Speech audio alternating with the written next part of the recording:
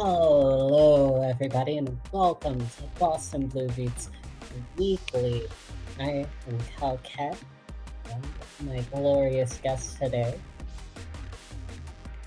Kobe VT, ready to hold it down. We're gonna be giving you one of the actually the penultimate Boston Blue Beat Online before beach episode. So we got very limited time to get your practice in, and it's kind of reflective of how large the bracket is tonight. Yeah, for sure, especially coming straight off a very, very intense EVO weekend.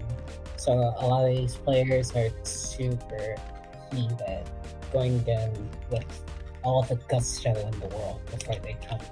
We have a lot of interesting names coming up, and a lot, as mentioned by my commentary from right here, just generally a lot of people as a whole pulled up.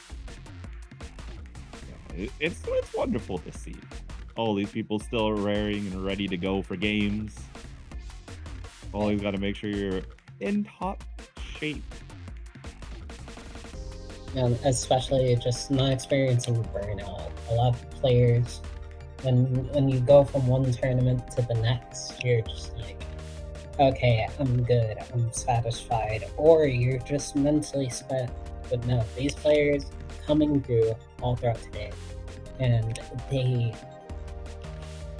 that fire lit under them, where a lot of these players they see some of the performances in that top 8, say for example Big Black, who ended up taking the whole event.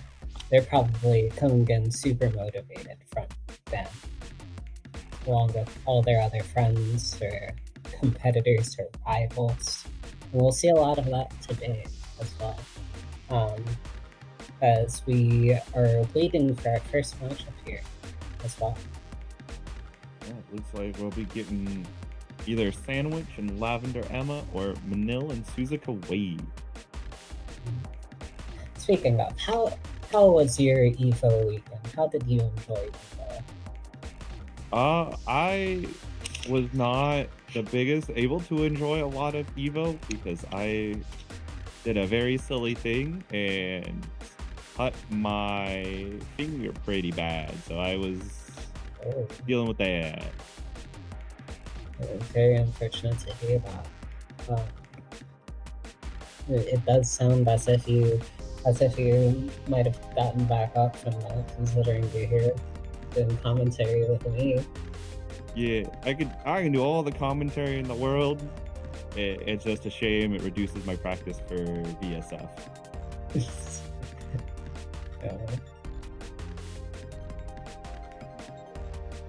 Let's see. What about you? I mainly spent it hanging around with a bunch of friends. So it was a fun little weekend. I didn't go to EVO, so obviously I didn't spend any time there. But it was very much so a pleasure just seeing every game out there, really.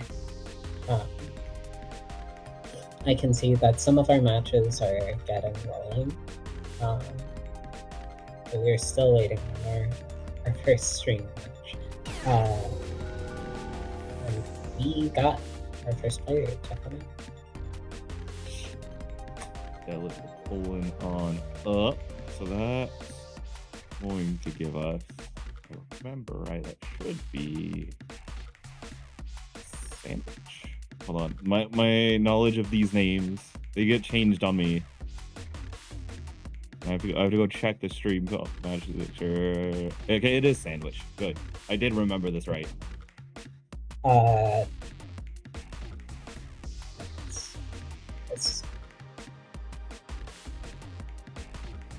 Additionally, I believe Lavender Emma is, I guess formerly known as, I believe, Transfem is what they would appear in these brackets as. A little slight twist of the name, but still same old player. I'm under the assumption, I suppose that is they have the same icon as usual. Yeah, in the The BBB. bio says as well. Eltnum players, and I don't know how many Eltnum players named Emma that we know. It would be a very weird coincidence if there was 2 of them. There could be 2 of them. It's fine. You watching at home could be the second Eltnum player named Emma. I'm assuming this Merkava is Manil. He's come up with some pretty silly names.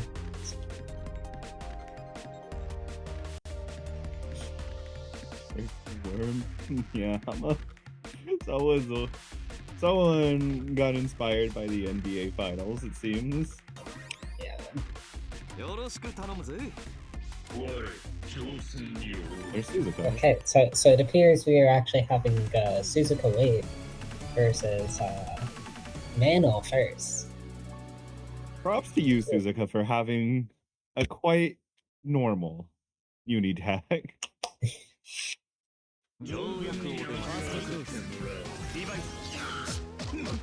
I get into this a bit. We're immediately just mashing out on staggers. Manil taking Suzuka over to the corner. This is where Merkava likes to do a lot of their best work. I mean, you have to represent you're going to be matched on Gordeau. You can't let these Gordeau players get away with the sim. But right now, Suzuka is letting Manil just get away with a ton of throw reset. Finally matches out at the corner. So you get to reverse the situation. It's a very... Both players just out of the gates, very, very aggressive.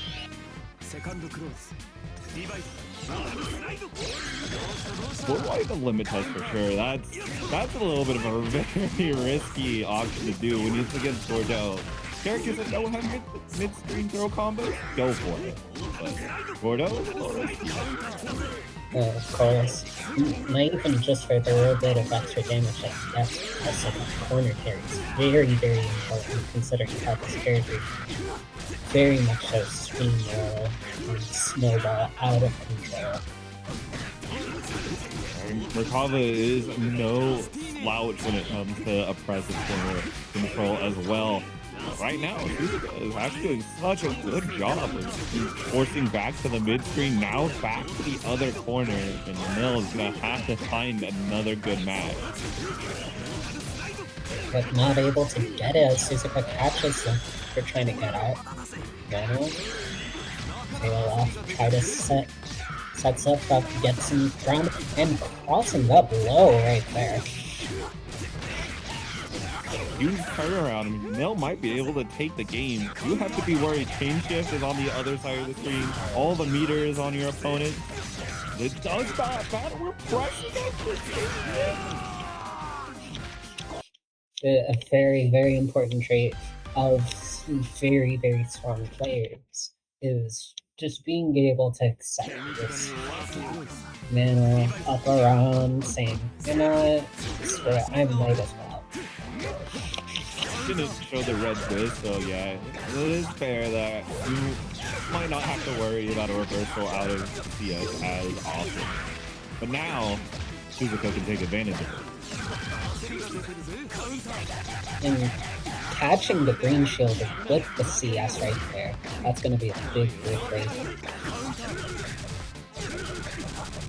Just compounding out the family setup, getting the throw combo. We're not going for Oki, we're going for pure damage. Trying to get something out of Suzuka right here. Gets the guard cancel, that's not enough. Man, I'm getting the perfect on the board right there. Even though giving up the 100 meter, not the biggest deal in the world, not when Manil is up all resources. That player is sick as hell. But again, just using the little minions to try to get something out of them. Taking the corner right there. They're probably not ready for that. I don't blame them. Yeah, I mean, Manil was just flying left and right. Will they, won't they situation. Do I steal the corner or do I bait you? Yet again, another perfect on the side of Manil. And very much so, just a bit of a steamroll on the side of Manil. But sure, that first game there were some more signs of life from Suzuka, but Manil just showing just why they're seeded so high in these brackets all the time, why they are constantly in the top 8s of these brackets. Just overall, very, very strong showing from Manil. Yeah, and I mean, Manil, that first round was kind of trying to be a little more respectful, giving Suzuka initial respect, which is what you need to do because Gordeau can and will blow you up immediately if you are too disrespectful. And then figured out, wait a second, my mashes are working. I'm not getting punished for a lot of these. Suzuka is being a very respectful of me. I'm gonna just keep pressing down the gas pedal, and was able to just keep that going. There was not a huge mix-up of options. The one time Suzuka tried to guard thrust, it got blocked. The defensive options were one step behind Manil's forecasting. Yeah, that's a big thing we kind of touched on there. Just very much so. Some people say fighting games are a conversation, but fighting games, you don't have to reciprocate that kindness all the time of trying to be respectful to your opponent. Sometimes being disrespectful is how you get the edge and how you win. Yeah. Fighting games are a conversation, and set play characters are gaslighters. Yeah, sounds about right.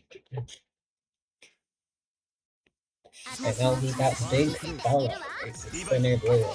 So Nanase versus Vatista right here. I'm always a fan of Vatista on screen, and of course Center Blue, one of our multiple Nanases for the night. But this generally is a fairly popular character, I would say. Yeah, especially amongst the Canadian crowd.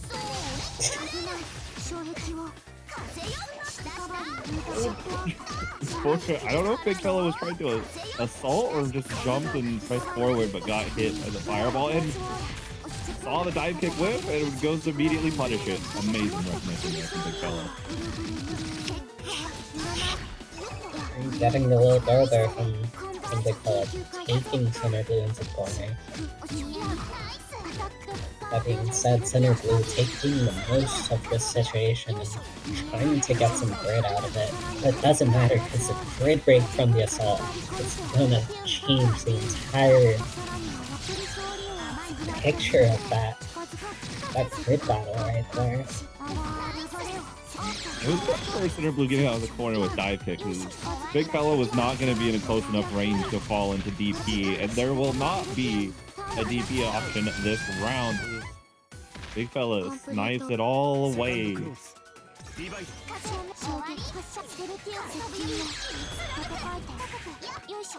Center Blue still trying to find some sort of way of making space with that fireball, but BiGGFELLA, Vatista's zoning, just being so strong at covering that space that Nanase would use to just run it. Yeah, especially because BiGGFELLA's not giving Center Blue the time to set up projectiles for Center to run behind. And when you can't get half of the normal neutral game plan of Nanase, things can fall apart real quickly when your opponent can just keep pressing their button. And the throw bait from BiGGFELLA with the backdash will take game one very, very convincingly. Center Blue definitely needs to be a lot more, find the ability to be a lot more aggressive. Oh, as I say that, another grid break is a tragic start for Center Blue. It just adds insult to injury right there, just by getting opened up, not having any save in the grid work. Immediate overhead with the dive kick. So low to the ground. I thought that was just, your average standing overhead. Nope. With the jump button catching whatever BiGGFELLA had in mind there, they're gonna get this in, not too much damage, but BiGGFELLA DP'd out. So back to the zoning game. Big fella. That's so much meter too, even though they just did an EX move. Yeah, Splash takes so long duration that, yeah, by the time it finishes it, if you have enough grid and that change shifts, you just get it all back. This is exactly where Cinder Blue can help start getting something on the board. Fortunately, the neutral must end. No pressure extensions inside. Cinder Blue just constantly trying to find some kind of space. You saw them trying to use their normal to cancel out the fireball coming towards them, and right there, catching Big Fella. Cinder Blue coming around on the board. Seems like Cinder Blue is starting to get a lot more in tune with Big Fella's bait. That was a great punish on the shimmy from the last time, and this round is already showing a much better foot forward, being a lot more aggressive, just barely baits Big Fella into thinking that disc was hidden, and it wasn't enough side switch to boot. Especially Cinder Blue just has so much grid that even if they find a way to fumble, it doesn't matter. And with the overhead, perfect. And we have a game set now between these. So. Night and day difference for Cinder Blue. Was actually just able to figure out how to open Big Fella up just a crack. That was all that was necessary to turn it into a canyon. See if it can happen once more. Big Fella will be able to repeat game number 1. And then just gonna get a little knockdown. No Oki. No punish on the DP either. Catches on the follow-up right there. So we have more Oki. Overhead from Cinder Blue. Second situation. This just out of range. Went for the throw this time and it got tech, but it does not matter. Cinder Blue, a second perfect in a row. It's not every day that you see full-on air-to-airs in this game. And yet Cinder Blue pulling it off right now. I mean, if there's any character that's going to be air-to-air, Nanase is absolutely on the top of that list. Oh my. DPing between there. It's going to be a very significant chunk of damage. 4k. Red beat at the end, but it's fine. The combo had ended it already. Do you want to dance with me? We can stop the disco ball.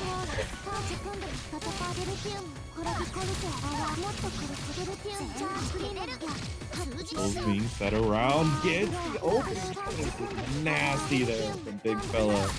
Maybe this can just be a momentum swing all the way into final game, final round. Do you spend resources for it? No. Get to be greedy. Both players having so much resources on the line right here.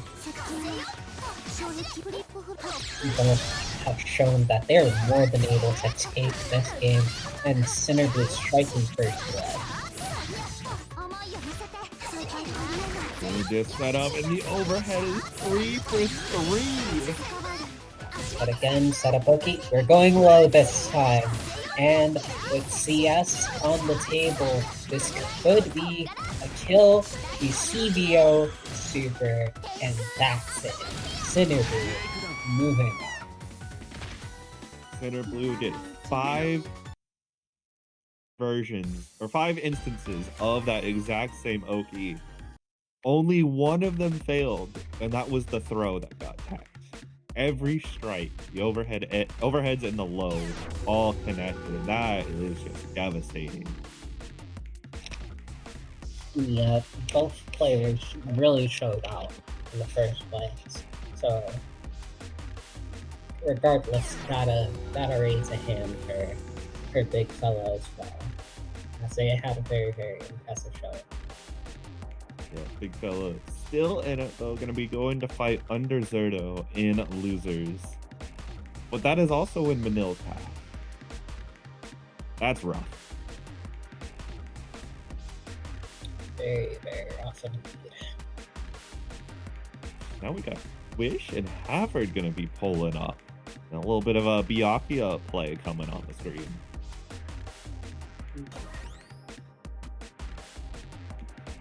I originally misread their name the first time I saw them so long ago. I just thought it was Harvard. I did too at first. I'm sure it is way too common for Havard to be, hey, this is a pool captain who's never done uni before. Harvard? As well.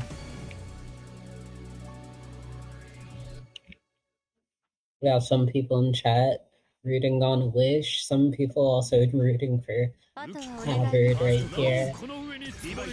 This is a time I really wish I could set up bets. You know, if you want to support both players, you can find the code and the exclamation point Maturina. Amazing point right there. Those shots Wish right here have an amazing good break against Havard. And now, same old. Byakuya has been doing the same old setup for how long? A decade? You could have told me it's been 20 years and I would agree with you. Havard having the go just whiff into the air as Wish takes this. Big round start counter hit. Usually thinking like Akatsuki, yeah, he gets to be very aggressive a lot. That's his character. And then the evil Byakuya button.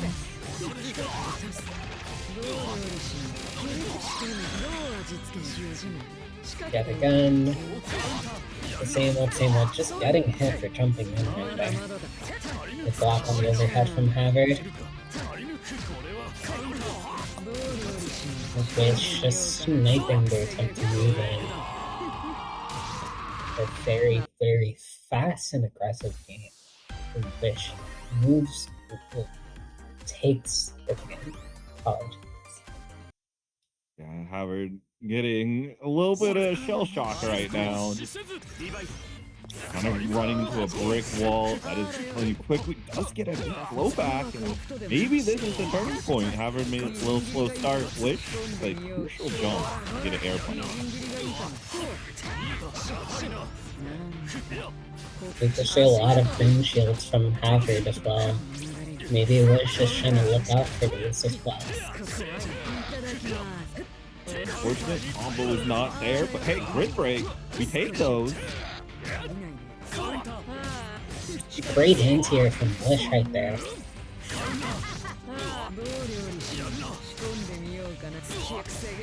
They crash on the and they 2C. Just was choosing the low shield this time around. That's another lease on life. Some C special is supposed to come out there, but we don't even get the chance to know what it was. And okay. Doesn't matter. If you just come in and grab one wake up, you gotta hold that. That's gotta do all so a lot of mental damage to Havard. Yeah, that's the GG shake my hand special. Very unfortunate way to go out, but Havard don't seem to be too phased by it. They're trying to look for no, it doesn't matter. Pushing out. Oh, blatantly disrespectful of anything Havard wants to do. And you know what? It's time for you to be just as disrespectful. And that's been the story of this entire set so far. And Havard putting it all together here, finishing it off with the EX just shy of 4K, but it's enough to put together. I was wondering if Havard was going to try and greed out that whole combo extension meterless and try and go into 200. Surprising, no, just kept it simple, which I like to see. Tactically getting hit so you can tech out of the corner? Is that what we just saw? I've been seeing a lot of interesting things from these two so far.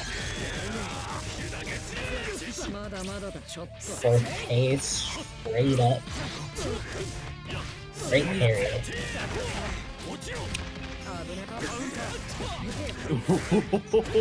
Evil! And that's gonna give Havard a game. We're doing Akatsuki blip. We're doing Akatsuki left right. It's like it's BB tag. Look, maybe Havard just a little bit. Reggie Gigas. You saying slow start? Oh. And here and flip a big fireball.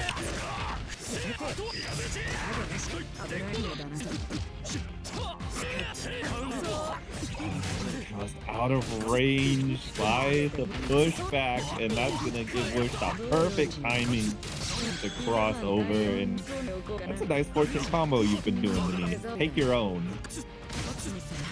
And throw it into the web right there. Tail is oldest shine for this character. Okay, we're going for help. But we see us through and we get the finish. Nice, faking the overhead and into the reset.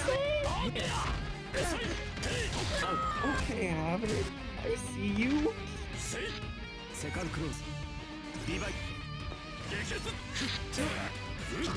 Havard just one round away from putting this all together. Big risk with that parry. Yeah, I was probably trying to be super cheeky with like, I see the air trap, I'm gonna jump into it, bait you to press so I get trapped and you get a full confirm, and unfortunately, Wish just like, you know what, you can do it, I'll finish you on the way down. Very, very significant amount of damage here. 4k into OT right here. But UVO. And it's gonna be the round. Quick little IW there. Now both players, no resources, just read the back to square one. I suppose Havard has slightly more resources.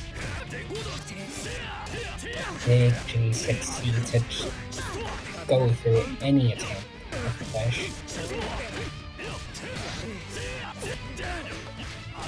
And Akatsuki just hurts so much. And into the throw, there's the first one. Nice attack for the second, and we just EP on Mighted trades. And a very unfortunate trade there. Havard, though, coming back from that, honestly, steamroll the first game and just smacking back right there. Very, very impressive.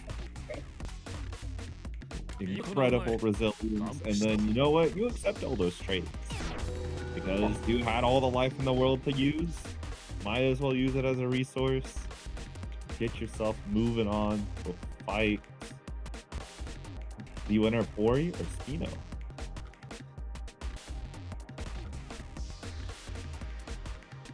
Now we're getting in our top 16, top 8 qualifiers.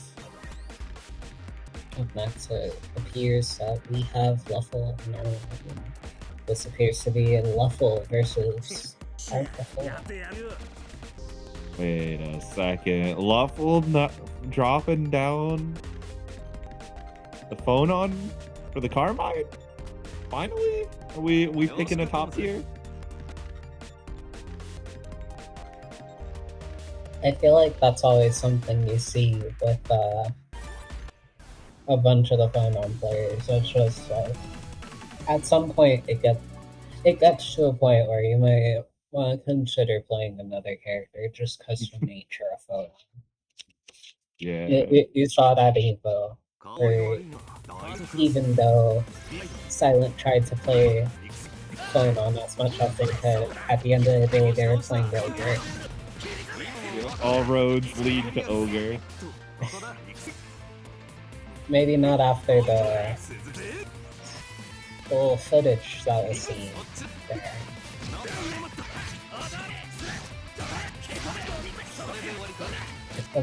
Amazing meme from Art.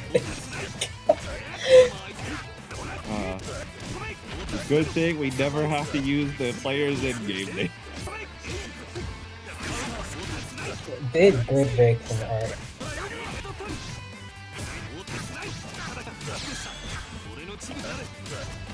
So, big damage and big OP right here. Buffalo knowing better, guns a green shield against this character, but getting caught in the 60. The 660. Yeah, big old blender. Potentially just didn't want to risk using any of the reversals, but here we go. Now inhibition's gone. Just saying that just like got tagged by 2B right there. Super, super long blower. Big quick break. Gonna get this core kid combo. What? I see you, alright? What do you mean that axe kick hits behind and then sends you in front of him? Vibes. Vibes. That's all you can say, vibes. You don't question the power of the super evil neighboring team.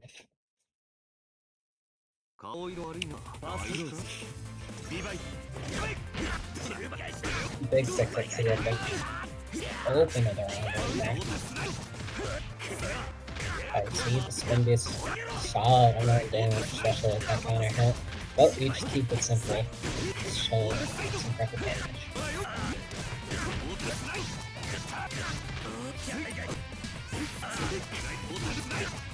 And right there, it's just Gordeau. That's the definition of a Gordeau run, if there ever was one. Right there, that's Ruffle probably just scared of the command grab, not wanting to deal with that. Being mind controlled into just getting hit. Well, unfortunately, whipping command grab still plus on throw whip of any kind.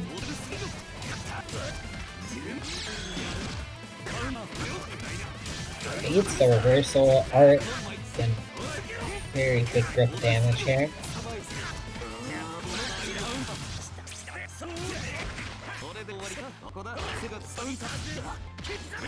Big grip break.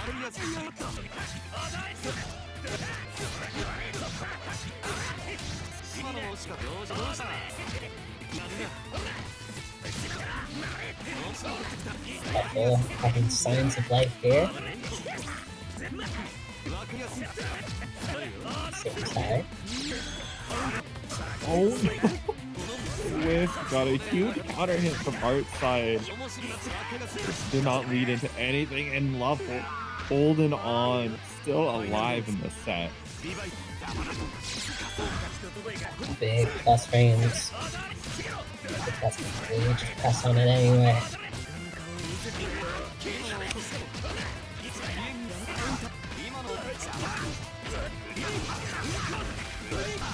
I love this combo. It's just the same move 3 times. They're my favorite.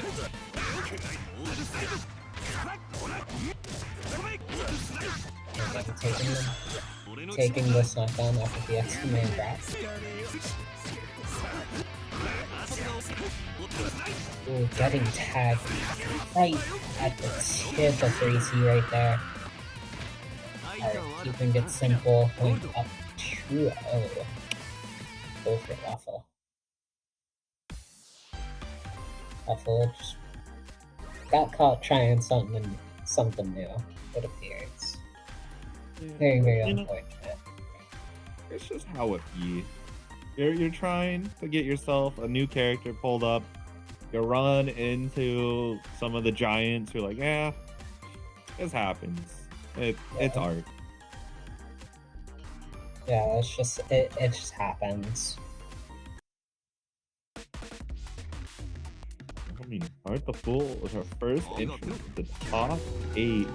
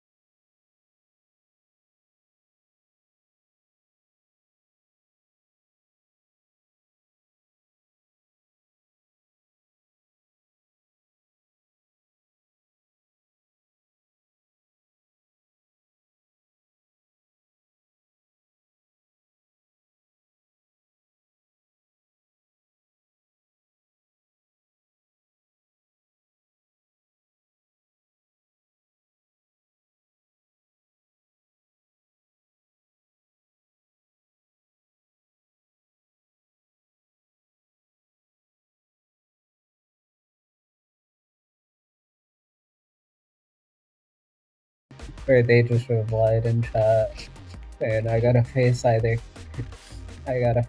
Carm again or Akatsuki again.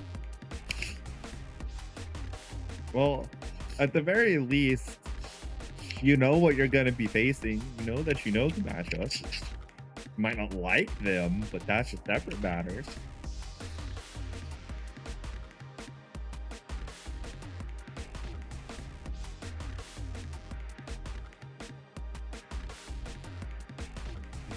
Wait, what is this about a hot dog costume? Hot dog costume.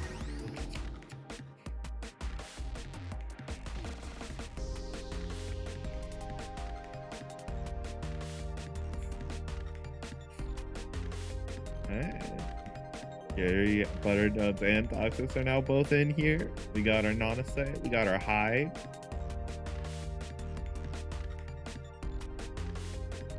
We love the I don't even blame you, because I don't like either of those matchups either. Okay. At the very least, if you were a Kaguya player, you could have both avoid these and now you have a 5-frame. Thoughts?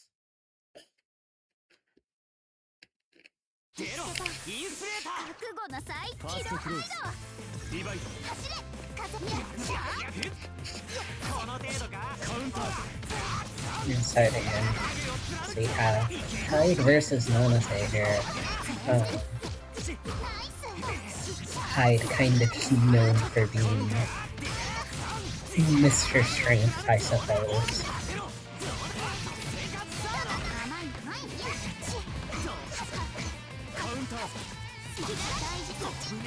Back and forth. It's a counter hit on the Gary as well.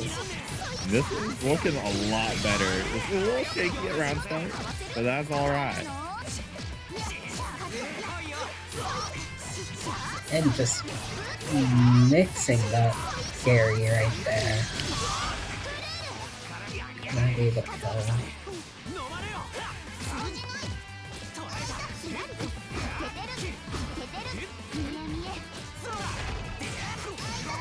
Big pro combo here.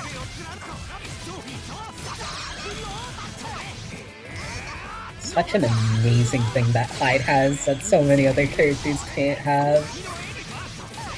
It's still going. It still doesn't kill.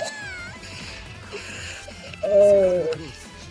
So, rare times a Hyde combo doesn't kill you from 40% life or under. Hi Toby, sorry y'all. Great 3C from Gary right there.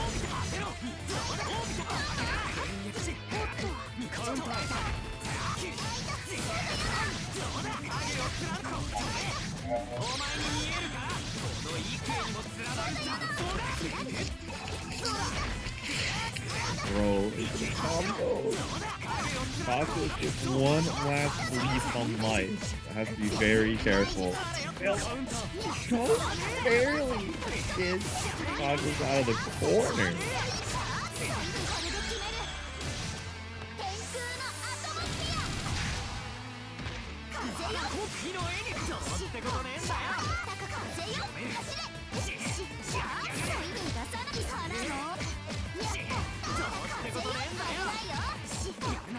Sudden Toxic got a hit, but unable to convert it into anything before the chain shift. And it's all GaryButternubs in there. Anti-air.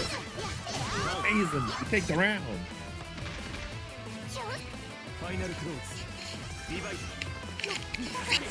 Toxic's evening everything up here.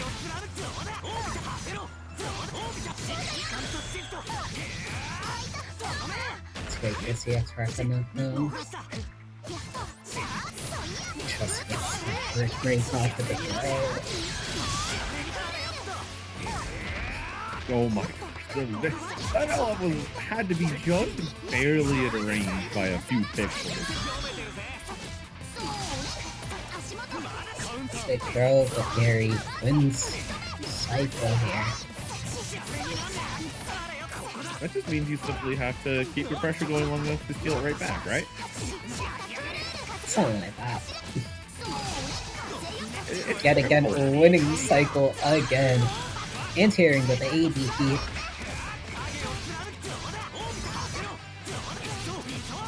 Hyde does so much. Big 6 XP starter.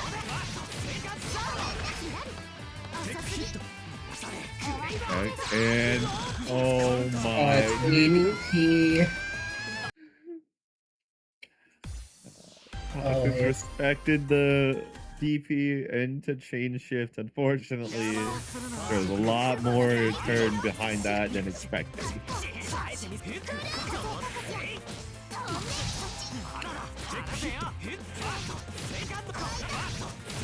So they took the back out here.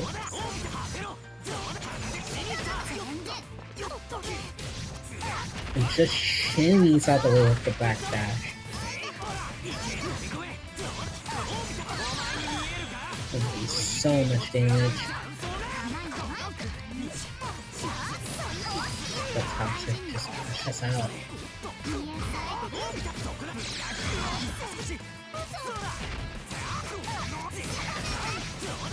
Throw here. Oh, nice DP.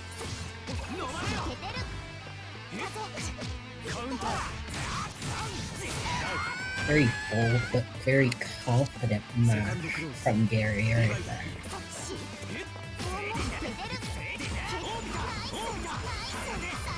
Oh man. Casually just throw 3 of them. More than anything, just donating so much grid to Toxics right there. I mean, when you have such a commanding lead of a game plus a round lead, it's kind of fine giving up some grid. You can afford to take the mistake on it.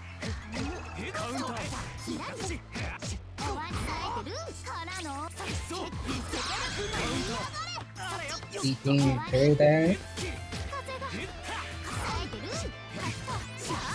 Amazing defense from Toxics there.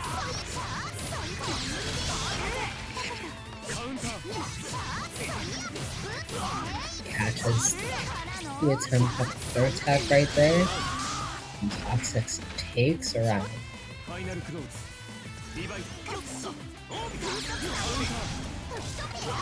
Big projectile in the goal. Sword card giving you all the value you could ever want. And the projectile catches Gary, probably trying to counter fire, but too late. Projectile gets hit low, and Toxic able to put it all together and evening up the set 1-1.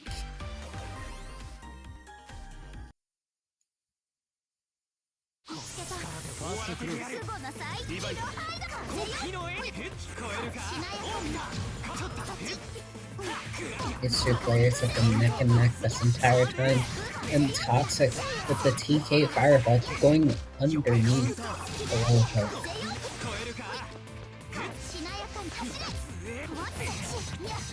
A little bit of a mini flight going on right there. So nice and floaty. The block on the overhead.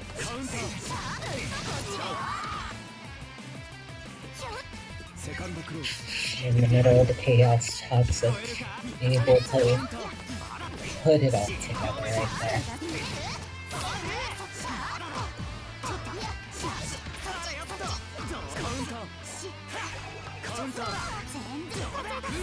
Bro, and here comes the punishment.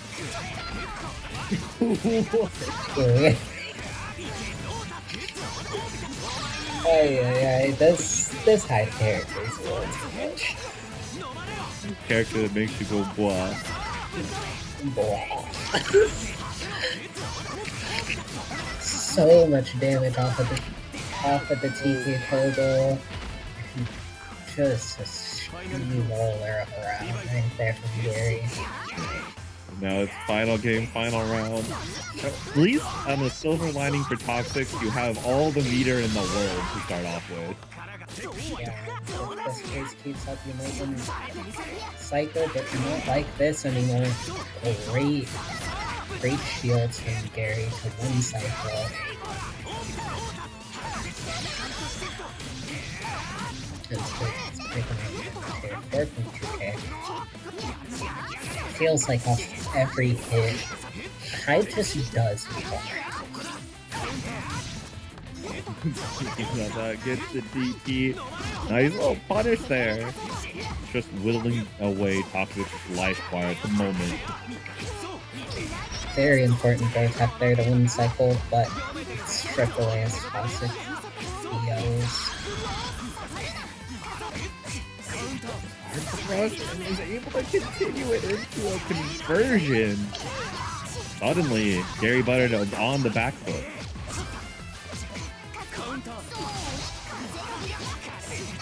Big throw.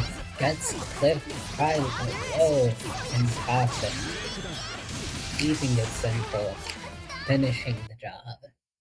And coming back from that early deficit that they found themselves into. They will be moving on over GaryButternubs. And that means we have the potential for a Nanase mirror in top 8. But we'll find out if that'll happen as our last top 8 qualifier. Our next set, we're gonna have to move up to Ori and Havard. Shouts out Ori. Big fan.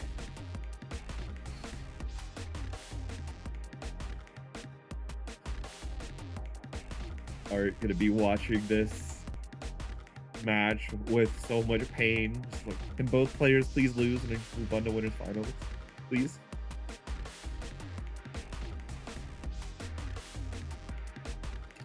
Center Blue seems to be grieving that they have to deal with Waldstein before kicking us here. Oh, there's Jacko. Oh, it's gonna be Jacko in center first, and then we get Ori later. Alrighty then. Jacko, another very, very, very consistent person to appear in our top 8s here at Boston BBB. One of the most consistent Vault reps North America has to offer.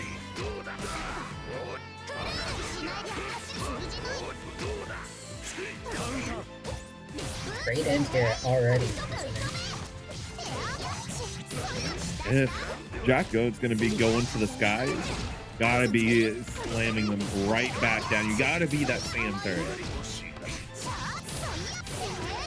Great hit from the left, right there. Back into the corner.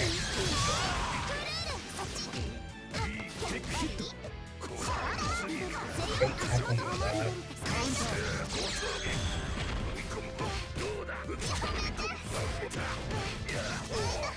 This hit might be what it takes for Jacko to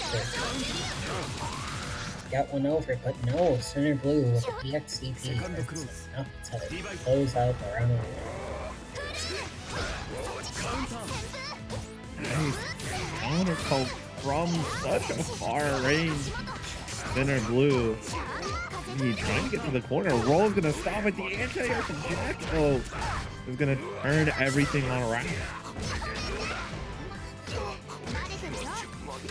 Great block on the overhead from Center.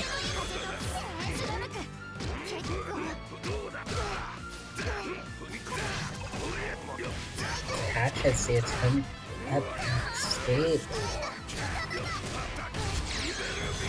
Just so much damage right there.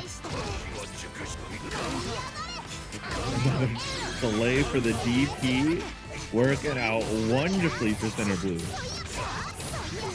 They've been on top of it with all of their DPs so far this game. But just like that, Jacko has also been on top of their anti-airs. It pays off right there. Jacko evening up the score.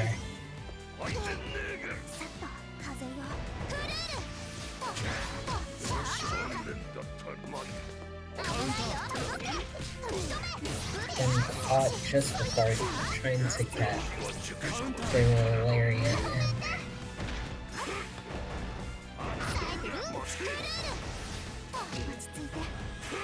A little bit of time to concentrate, and unfortunately, the C special just gets counter hit. A waste of meter. Jago gonna be very happy about that round. Now you scoop out of the air. Good, no damage.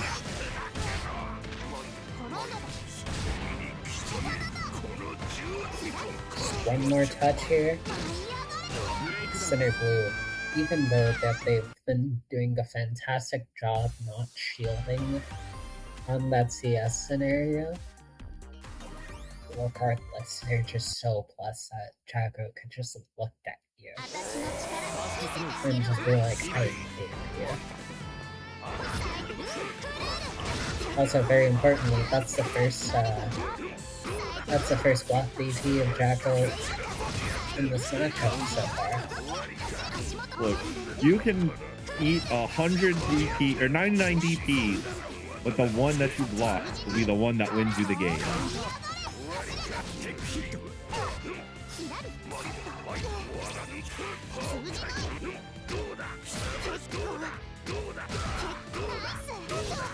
Being pressured in the corner, you can't escape. You can get some bullets going on.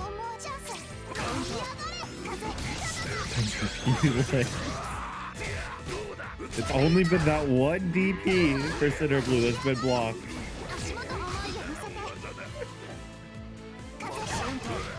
At this point, is it a meme for Center Blue to just keep doing DP? I don't think it's in the meme if it's working so much. That being said, what's not working is their escapes from the corner as Jago bullies their way through, and Center Blue gets the hit with a projectile. This might be what they need.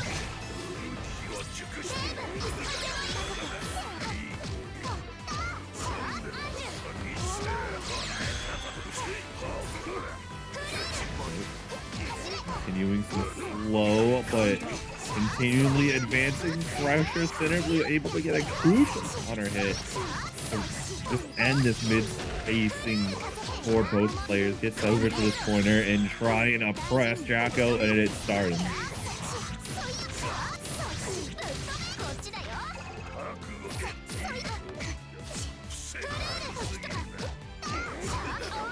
Jago playing this defense very patiently, finding the spots to anti-air them, putting them back into the corner. Very, very impressive.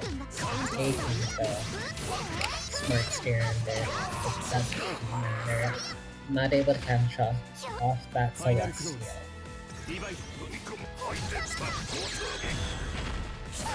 Cracking the backdash. Starting off pretty nice, not in fear of Center Blue's incredible amount of meter.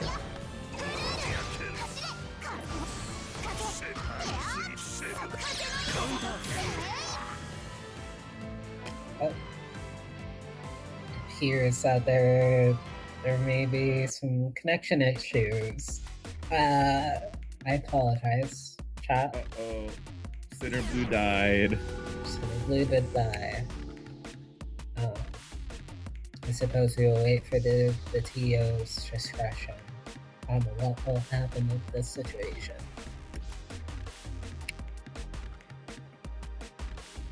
Then we'll see the heat wave just hit Center like a truck. If that happens, then I will also soon explode. I have come to realize that the only safe spaces in my house are the rooms with ACs.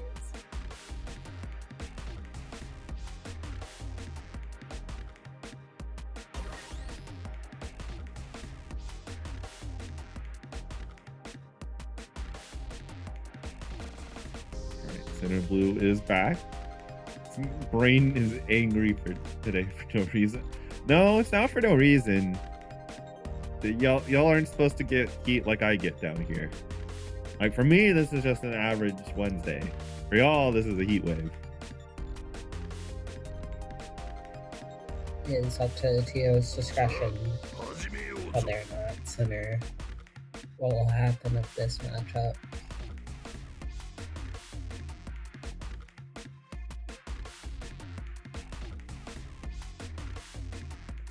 It seems that no, the TO is putting in the plates. Discretion.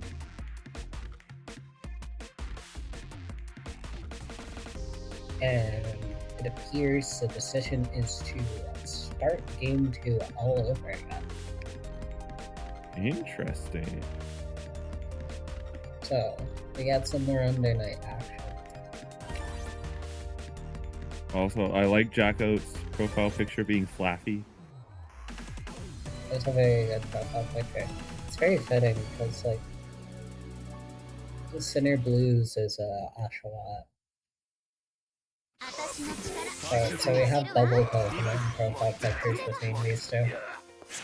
Is that why Jacko's been doing so well? Because Electric's super effective against water? That might be it.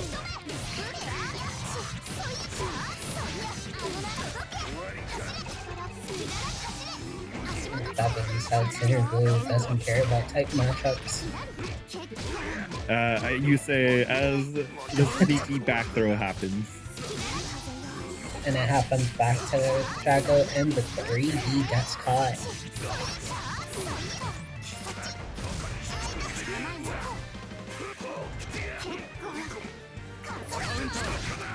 Getting spotted off the sky.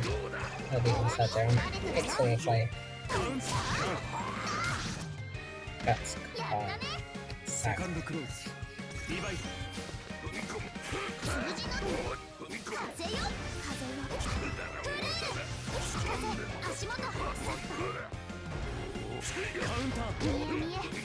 It doesn't matter how well you space.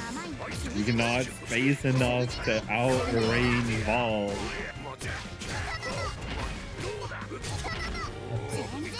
Solid circuit damage right there. Good jump on the command grab.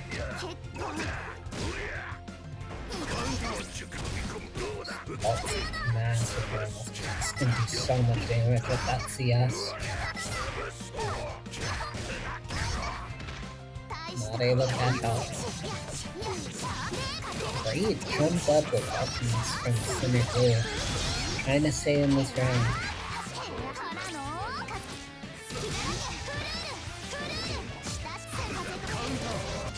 Oh, the bash, and here we go back to round number 3. It's been very much so the story of this set, where Chocolate has taken advantage of just how big of a space those like spikes can cover.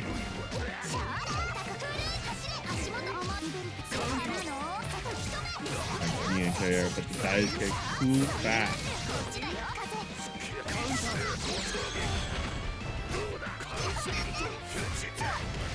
Just yet again, making the best use of those swipes.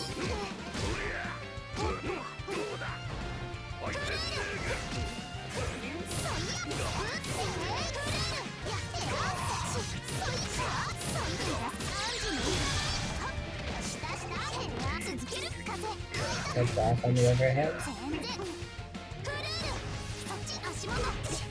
Oh, getting hit by the low right there.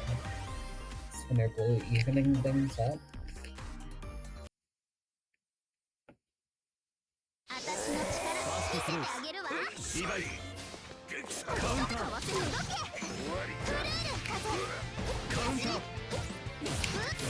Another swipe, pushing the projectile into Draco.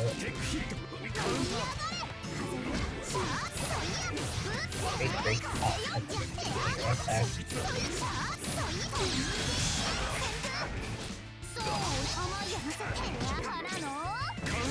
The mix and smash it out of the corner. Yet again, making the most of that, the swipes as an anti-air. It doesn't matter, Center Blue's just overwhelming Draco at this point.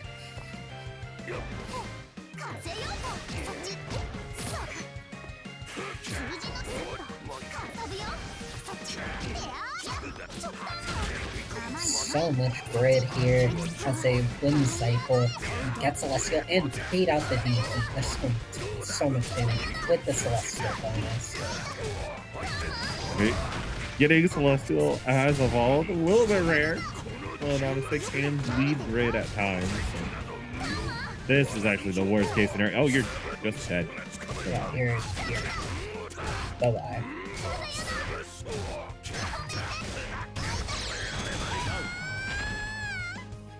That did surprisingly less damage than I thought it would.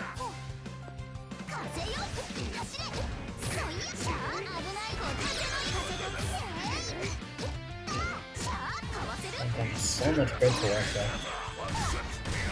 Catches them with the EXL up and Celestial again! They didn't even finish the combo and it did 4k. Sometimes it just be like that. That may be the definition of these past 2 rounds as Draco uses to safely take those shots out. And the Nanase mirror in top 8 has been postponed. Draco taking the win and gonna have to run a mini little Nanase gauntlet with Toxics on the horizon.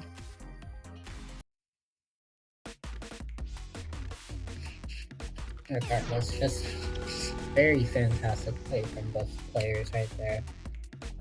The story of that set constantly being center blue just trying to immediately overwhelm Draco, and then Draco just couldn't get all together. Just both very, very stellar play from each other. Seeming like they were bringing out the best in each other. And Center Blue gonna have a second chance to fight Nikki T for top 8. We see Manil defeating LuFL for top 8 positioning, and GaryButternubs defeating Wish. So our top 8 very close to being fully decided. The loser of this next set between Ori and Havard will be fighting Delta Runner. Wait, no, we got 2 sets in a row. Never mind. Hold on. The loser of this goes to go fight. No, I was right. Why am I second guessing myself? Ori, I agree. Just so I agree.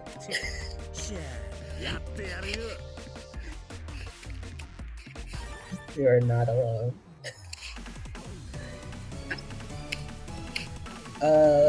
11 deep space aside. Havard, we've seen earlier in this stream, but Ori, yet again, one of those players who, when they do enter stuff, they're automatically a massive threat, and they're already showing that here, as they just are already overwhelming Havard. I mean, we saw this happen as well in Havard's first set on stream, where game 1 was just a steamroll for the opponent, and then Havard warmed up and got into the swing of things. Ori is absolutely leaving 0 chances for Havard to get more than maybe just a straight hit here or there. And already having the counterplay to carry just on deck like that, amazing work from Ori. Great air to air from Ori as well. Just trying to see what Havard is trying to do for timing their shield here. Baiting the shield, the backdash right there.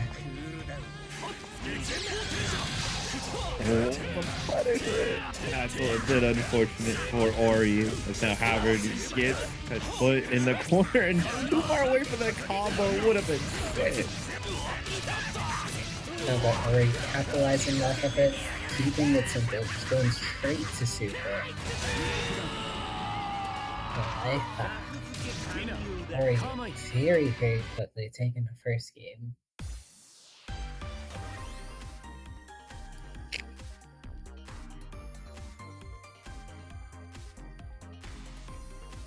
Havard maybe taking a second to reconvene.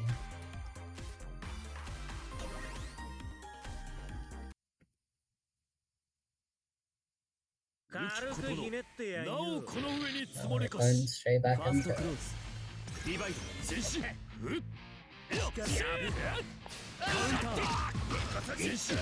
Counter hit to start off. Or you're not able to get a conversion from it. It's all water under the bridge. That's another good punish. A second one. This is going to start snowballing really, really quick if Havard is not careful. Great on Ori for recognizing the real difference between their grid right there. It's one cycle by going for concentration just a little bit. And another massive throw rate right there. Ori just having such an amazing hit rate with those.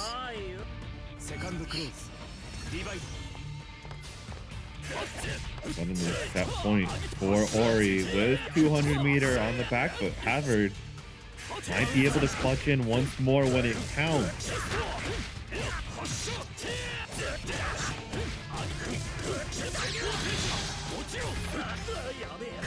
That airplane knockdown spaces himself out to hit Ori counter hit.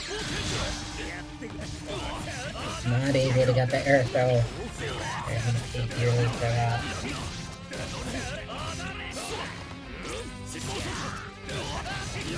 Rat lead.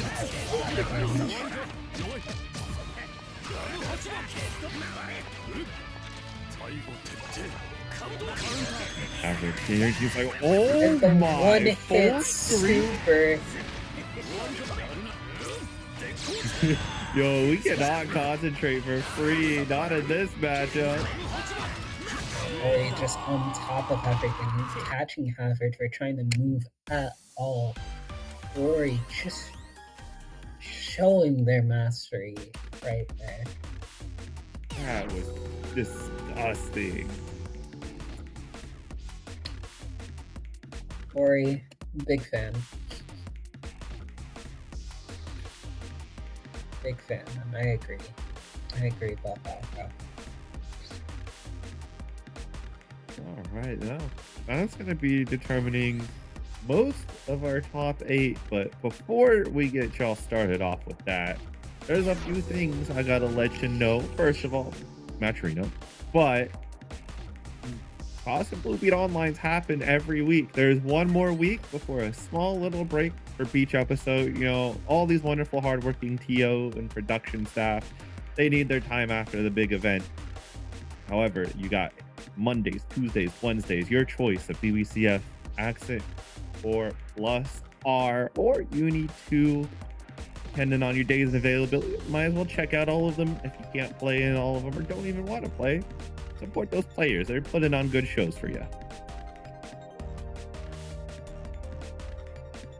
Yes, and additionally, if you want to take it to something more in person, more lovely, we've been experiencing a lot of heat. So why not take this little last second of the summer, last second that you have here to register for Beach episode, just as registrations are going to waste, I believe, this week. Join us July 18th and 19th at Weston at Waltham, Massachusetts. It's the Star GG if you so desire, and all the games available there, from all the big name titles to even the more obscure stuff. We have it all. And additionally, there's all those that are happening, as well as the side games, so you're not going to be left out. And there is more than just fighting games that are going to be happening this Beach episode. Good friend Saya Duck, one of the most notable TOs for Uma Musume events worldwide, is going to be putting up an Uma Musume bracket. It's free enter as long as you have some form of registration in each episode. If you're there that Friday, you're gonna be able to enter the Uma Musume bracket. Run very similar. If you know Carrot Clash, it's gonna be the exact same thing. Make sure you check in for the track conditions, get your 3 best Uma, and go win yourself a bracket. The very convenient thing about it, I believe that it is just based off of the CM that is happening at the time. So if you play Uma, you're probably already gonna have a horse ready for it. Is it gonna be Oi 2000 meter dirt? I believe it should be the sprint that's coming. Oh, okay. So yeah, it'll be Nakayama 1200 meter right-handed sunny and firm conditions, of course, at Great Mint. There you go. And with all the scenarios buffed, you no longer have to suffer through 30 minutes plus of Man. You can now just do 15 minutes of Alharu and have better aces. So if you've been taking a break, time to get back into it. Speaking of taking a break, if you are in the North Carolina area as well, XQSL probably the perfect place to take that break. If you're free during October 3rd and 4th this year, you could see there at the Durham Convention Center, they have all sorts of games there. If you're in that area, feel free to pull up all sorts of anime games, all sorts of fighting games. Have all your bases covered. S2XL was a great time last year. Not only did it have all the Guilty Gears, there's Grand Blue, Uni, Hokon's gonna be there, Avatar will be there too, BBCF, and also there is gonna be Uma there as well. So everything you could ever want. You're in the Carolinas, and then you can go get yourself some good pulled pork if you like North Carolina style sauce better than South Carolina. Feel free to start that firestorm.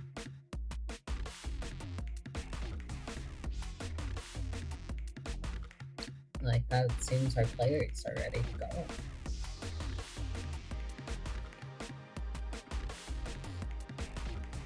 Now we get it. Top 8. First set, Toxics and Jack Oat saw one Nanase player already fall to the vault. Will the second one go the same way, or is Toxics just too nimble to be caught down?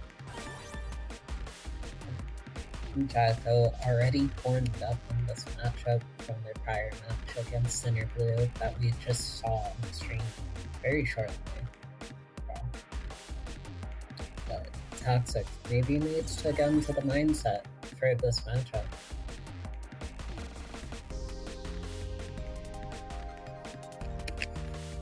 After these players are ready.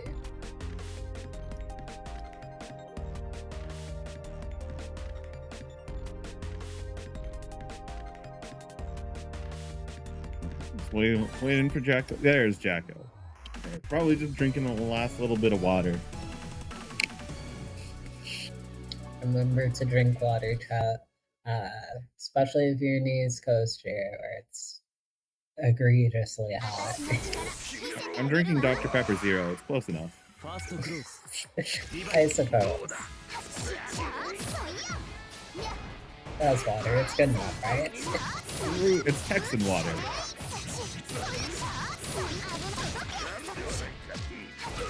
Alright. A bunch of grid to fall back on. And already opening up Jacko. Toxic. With the delay overhead too, just such fast play from Toxic here. And it seems like every option that they went for that round just worked.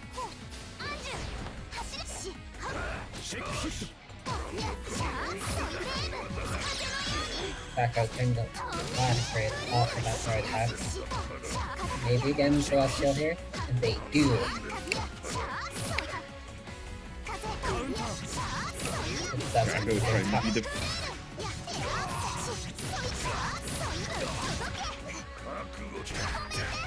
What? What do you mean we jump press a button on wake? What are you on, Jacko? Sometimes it's those bold plays that make the most amount of space, the most amount of control for you.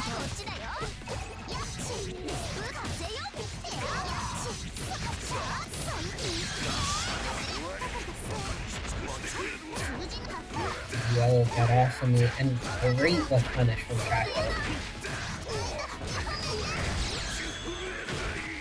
And then with this IW, trying to put as much damage on screen as possible, as quickly as possible. And we just wake up Dio from Toxic.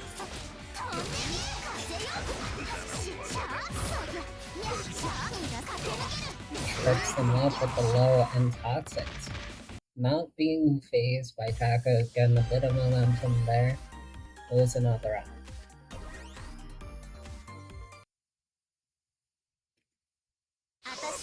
Toxic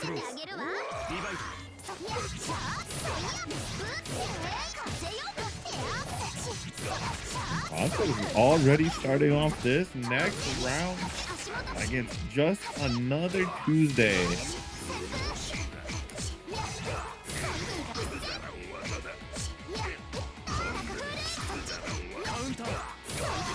Catches him trying to press out.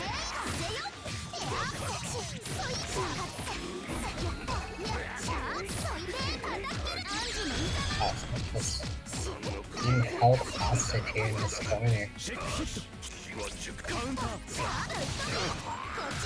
And whereas against Center Blue, Jack was able to find these spaces with the spikes to try to anti Toxics. Toxics seems to be deliberately setting their pressure out to beat that.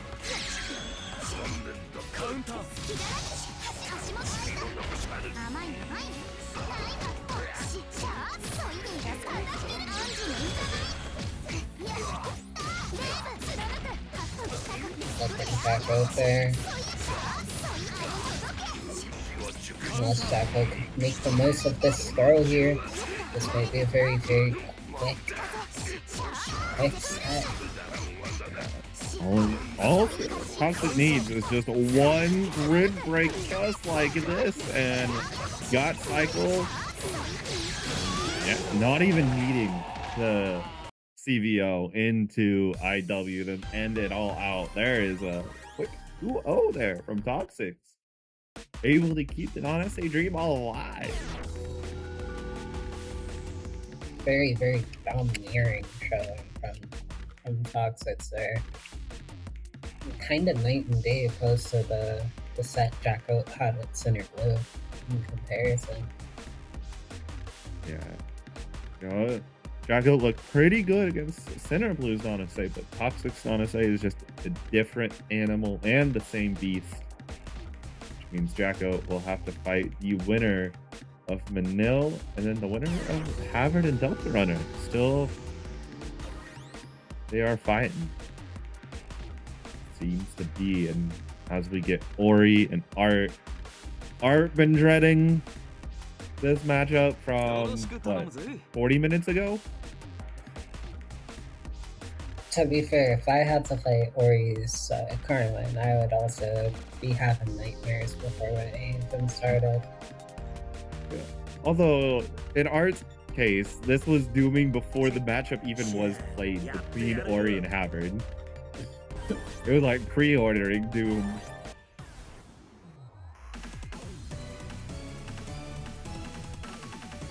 Sometimes you just know Doom is inevitable.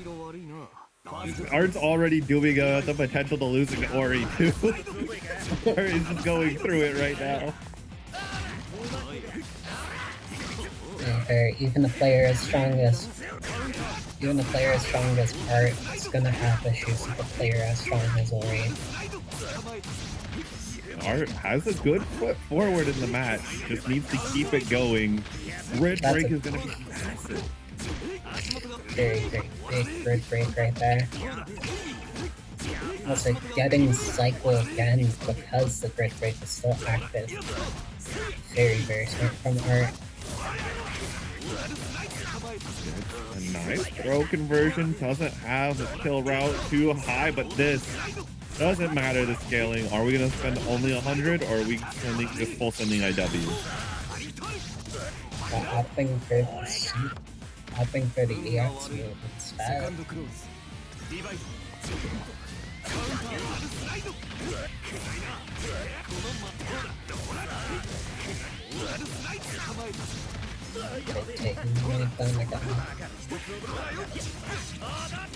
Great punish on the jump shield. This is now back to the corner against Ori's Carmine. No, find a risky VO, a guard thrust back from Ori to go back to full neutral as all that meter disappeared. Just catching them right there with that doesn't matter. Or 2, he's just way too big.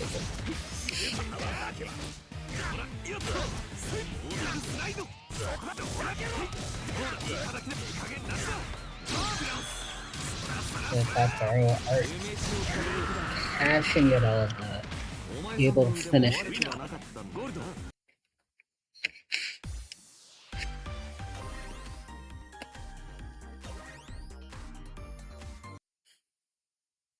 Still a hilarious name.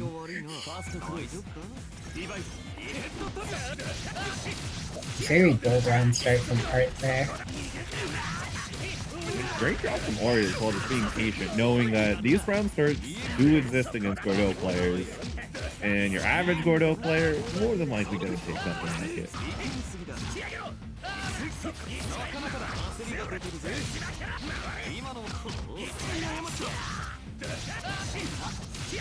So having way more of a presence as opposed to the first game.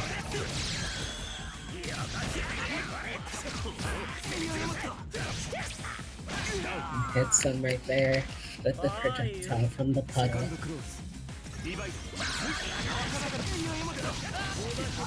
Do you have belligerent round starts? I do, but I do too. Just a constant awareness from Ori of where their puddles are.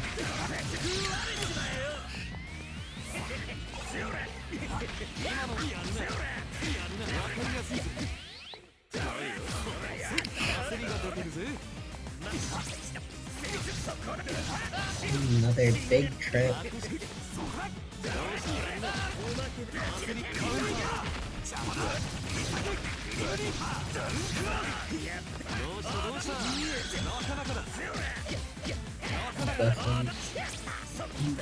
Command grab attempt.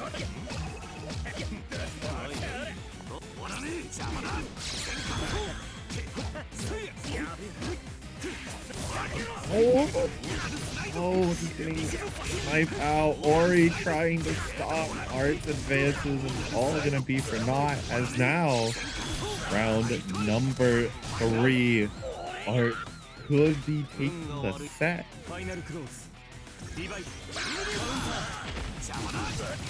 Not fast enough. Dude, they're just so fast. I'm catching the 3D right there. It's very, very ugly for Ori. Marsh isn't making anything more pretty.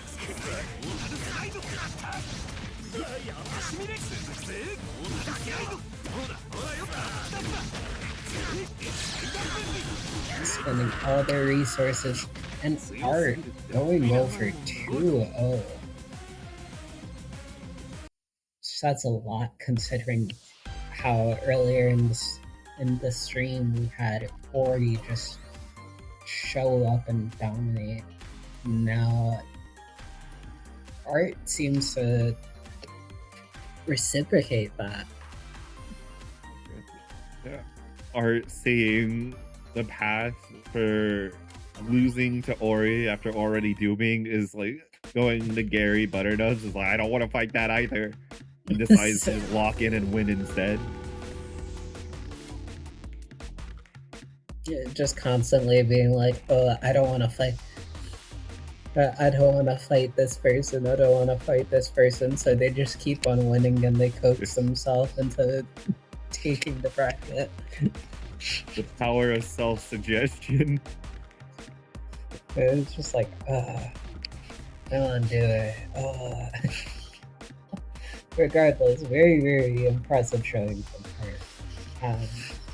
Just to kind of take over the set like that. In a set where it appears chat was under the assumption Ori was going to take it out.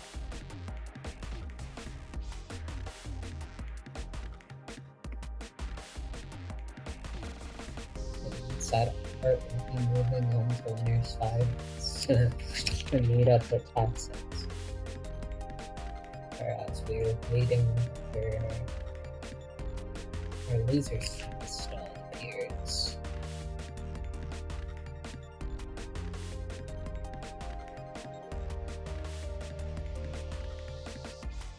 Okay, we do have them. So, yeah, between Manil and Havard, it appears we're getting Manil versus Havard first. Once again, we get to see Merkava. It's actually been a little bit rare that we only seen one set of Merkava basically the entire night until now. And especially because a lot of the time Manil spends a lot of your time in winners. That being said, the way this bracket was, considering there's a lot more people in here, a lot of strong players were going to face each other early. In one case, that was Manil running into Jacko in the second round, which left them down here in the losers side of the bracket.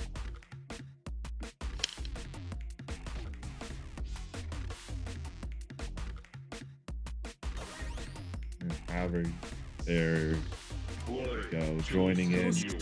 Might be trying the same old slow start into dominating finish, but might be going this time from the get-go with no slowness needed.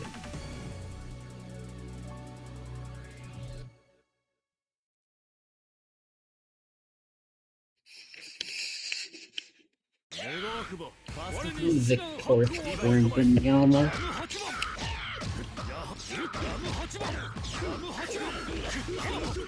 Havard being kind of shield happy this early on.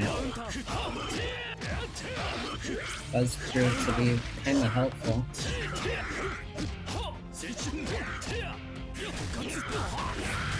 Great anti from Manil right there.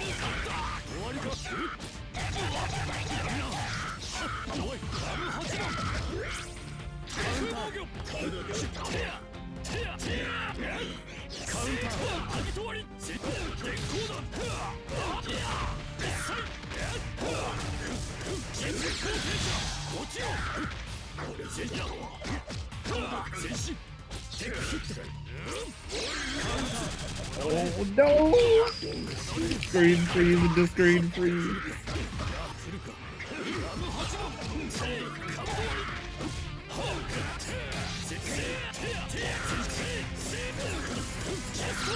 Bring them over to the corner here.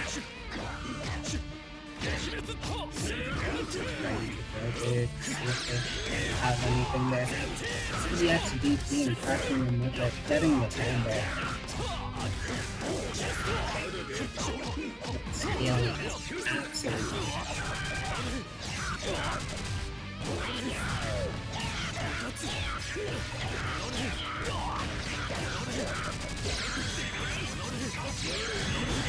Spending all the meter that they have to make sure that they get this round in. Taking the first step.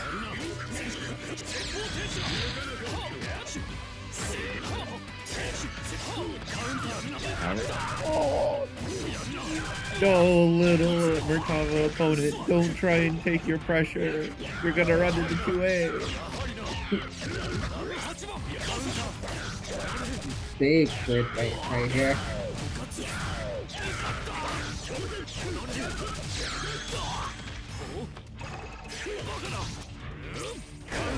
A massive 6C. Just so much damage. Straight up 5k, corner to corner. Oh, Akatsuki, what a character you are.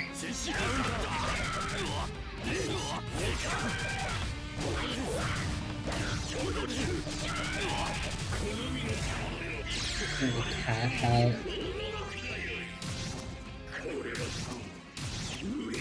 This should be enough to close out.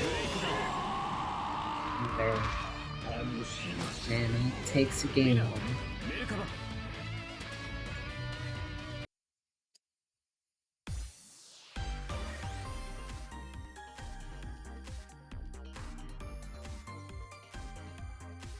Alright. I wish I saw more Merc. I have like my one friend. Well, you're potentially in luck, C4T. Manil might be winning the set.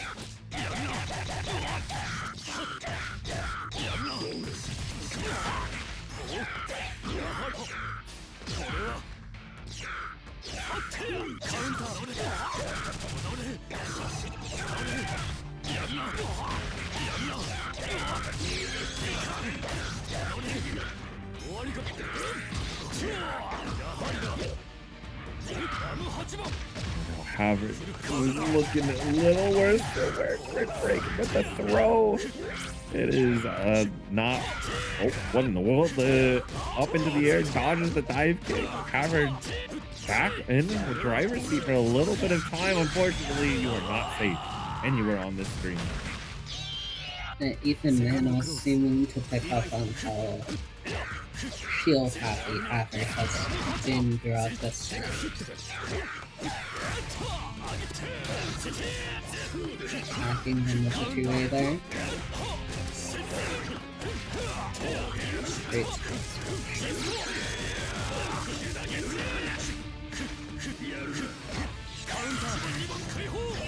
big grip break up with the throw here. Does Havard have? Doesn't matter. And decides to press out, take the corner. We're spending meter for some extra worms, but it doesn't matter when we carry.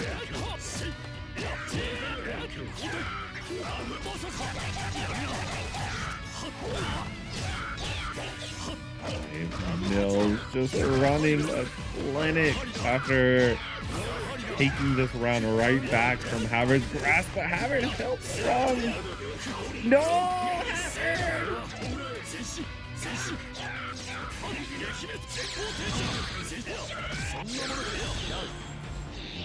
Great press from Havard, realizing that there was going to be a gap there.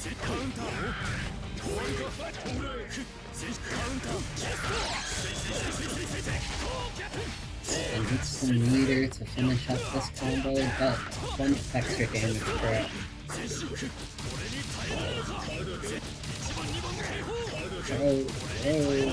Throw! Street Fighter 6!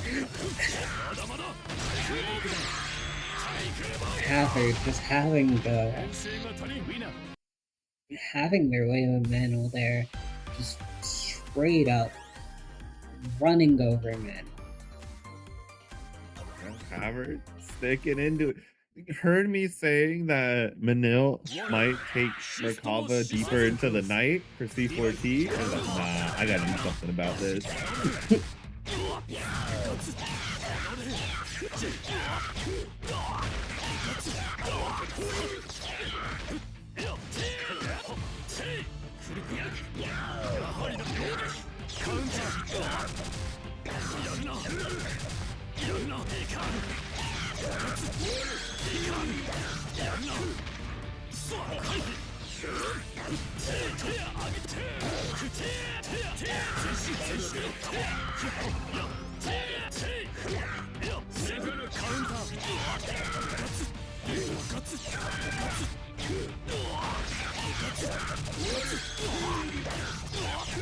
Knockdown here with the EX worms.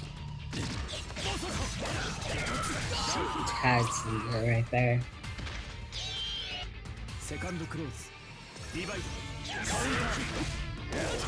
Counter hit started off. Havard to be very thankful for how this is going.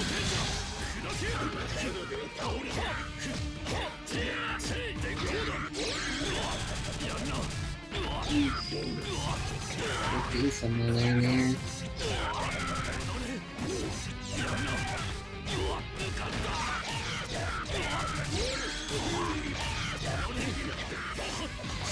Chunk of damage with the EX worms.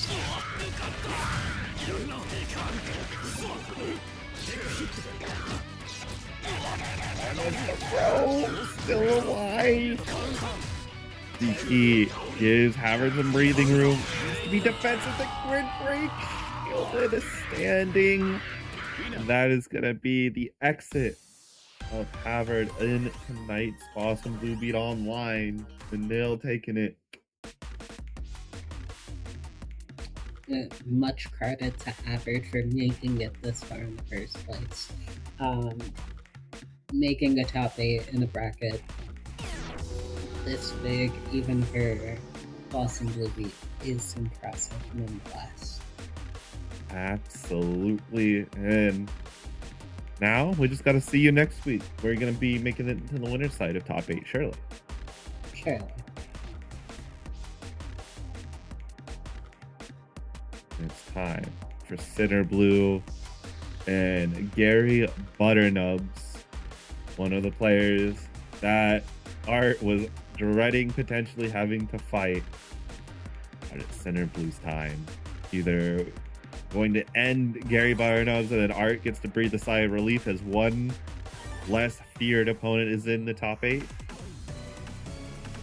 or GaryButternubs will just try and make a tear through this loser's side after being sent down by Toxics. Also very important, just finding out just why Art was so scared of facing him in the first place.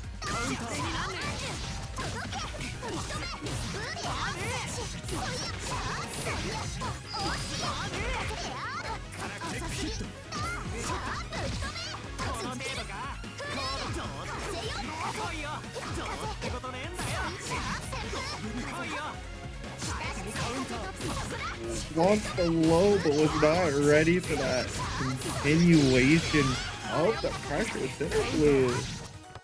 Good, just DP the next setup attempted. It'd be like that.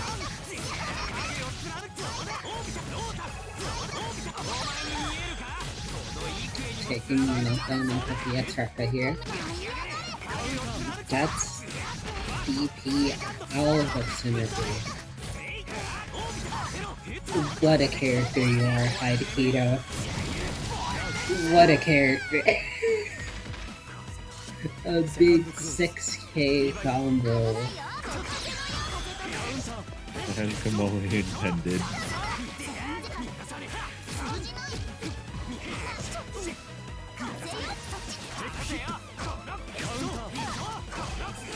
Amazing stagger from Gary right there off the dash.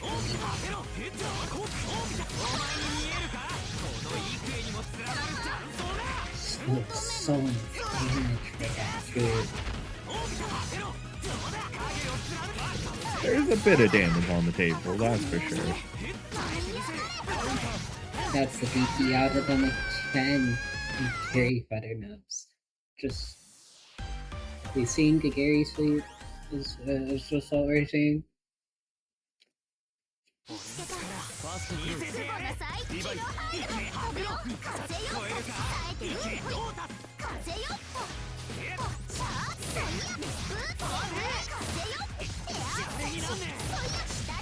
Alright, Center Blue though, starting this round off quite nicely. Amazing aim here right there from Center.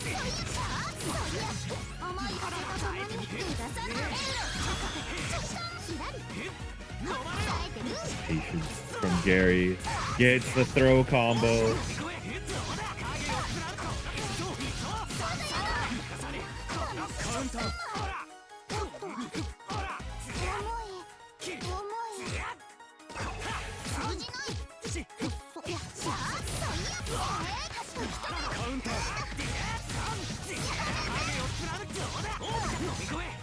Let's go practically corner to corner here. Yes, we are. Tries to whip the dash boost dash. And just dashes out back out.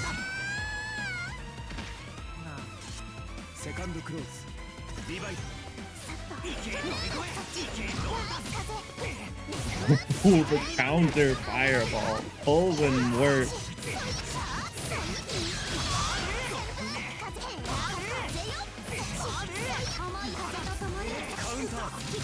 That's the third break.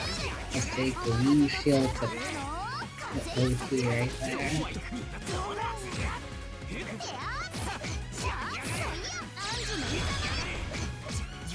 Block on the crossover, and regardless, to keep Center Blue in the corner, but without advantage, there isn't anything to keep this Nanase at bay. Center Blue's able to find a round.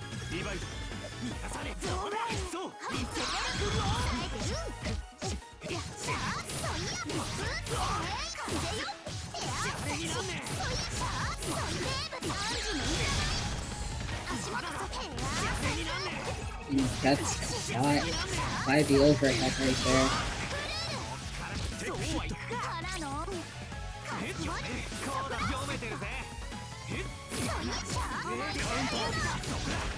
The full 5C from Gary.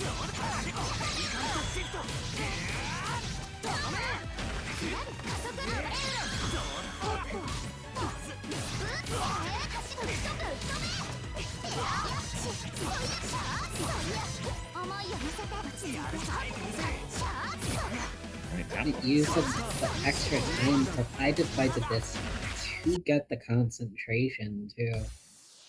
Yeah. Center Blue evening up score.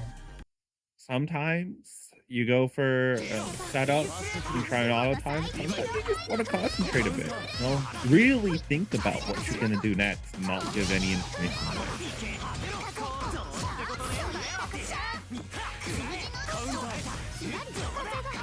They think supply players are like thinking Nanase supply will be up. Oh my god.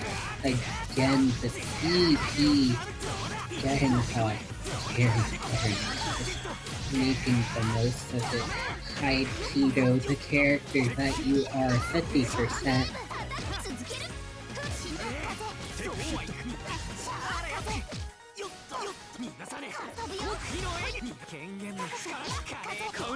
The concentration snuck in by Gary.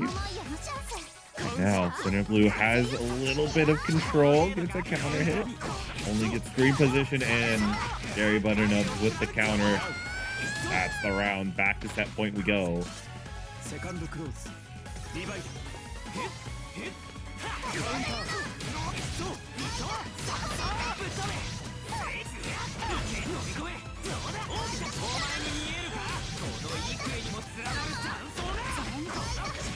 And we're taking this knockdown.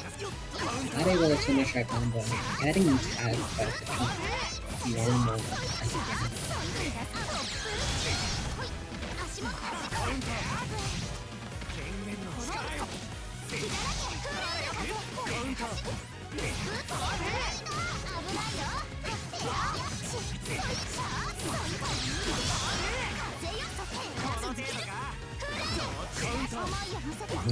Tries to press 6B out, but doesn't matter. Center Blue already piling on the attack, getting them to us.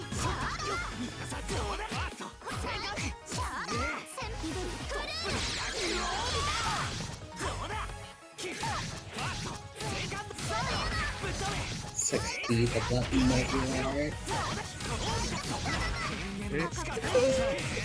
Decent button.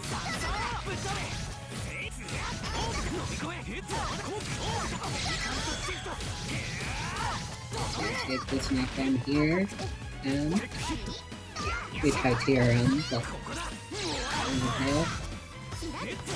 DP out. 660 catches any option that Center Blue wanted to do there, and GaryButternubs showing why that kind of, I guess, respect through fear was given by Art earlier through their little rhetorical I don't want to face this guy. I wouldn't want to face either. I'm right there with you. All right, Art's eating a cookie. What kind of cookie? That's the question. Okay. I eat the cookie.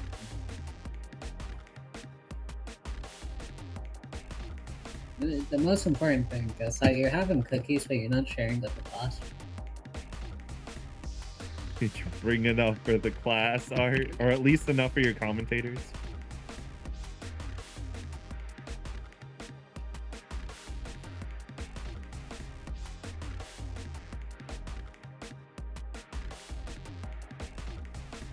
Art not even gonna answer our question. That's crazy. That is crazy. Do we need to give Art a suspension? I don't know what the flavor, but it's a digestive. It's digestive. That is a way to describe a cookie right there. I mean, it's a specific type. Is it the digest? Is it like a plain digestive cookie, or is it the one that has the chocolate on the bottom?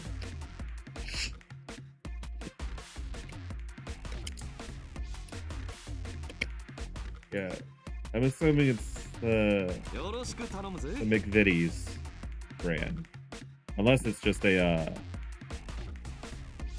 Walmart brand. Just a plain version? Okay, I don't want one anyway. You can keep that. I'll take my Oreos.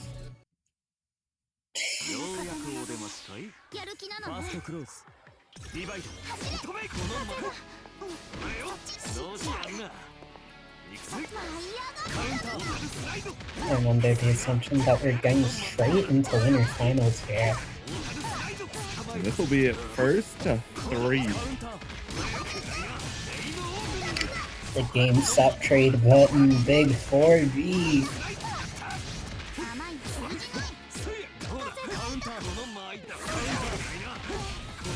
Big grid break, and that's going to be a round 4 good full art.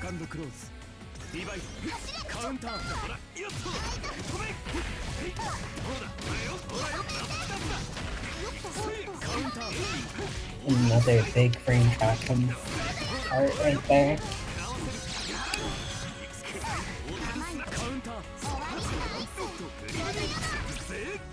Tagging them with the B Reaper right there.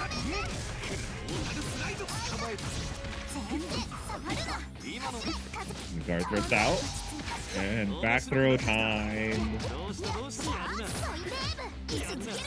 Being in the corner of Nanase. If there's anything that the stream has shown, being in the corner against Nanase is not very fun. But it doesn't matter if you just whip punish like that. Alright, quickly taking the first game.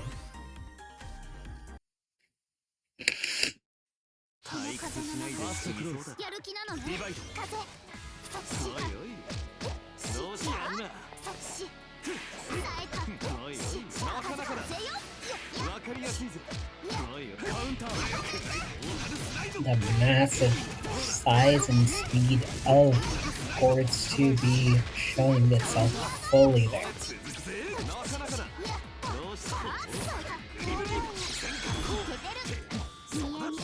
The shield, sneaking an extra grid, and it's gonna matter because that is Celestial.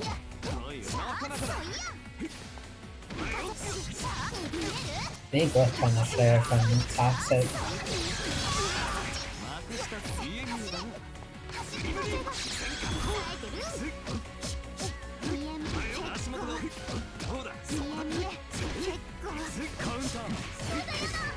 Final 2A have played a series of staggers.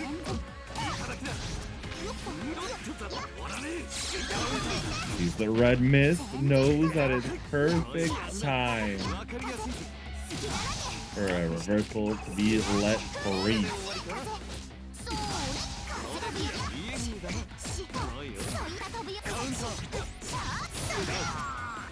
Gets caught for trying to press. Toxic putting around on the board.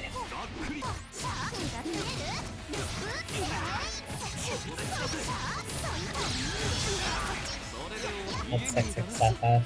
Also really pinned up early that Art has moments to step up.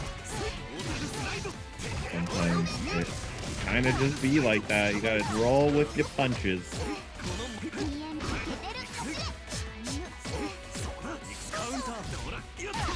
That's a big good break right there.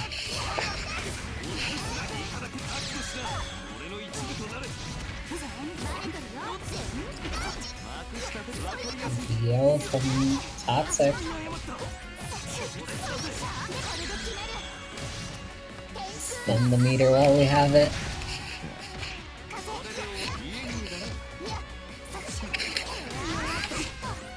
It's a mix-up that has been so tricky for so many players to tie up the set 1-1.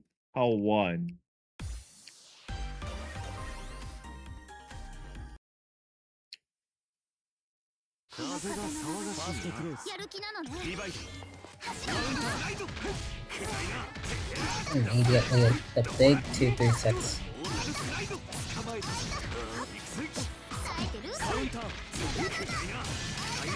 Ooh, giving the biggest counter hit. This century of hit stun that you're put in after 4B. You get to take a drink, do your taxes, and then still come back in time to get just a good view of the rest of it. Just in time to, you know, finish your combo.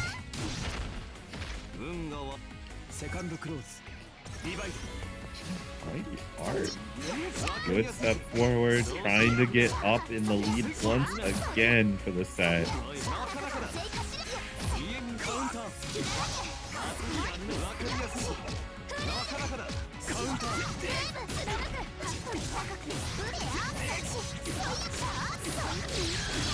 Gotta love Nanase pressure, you know, just hitting you with overheads, and it's just as many as she feels like giving you.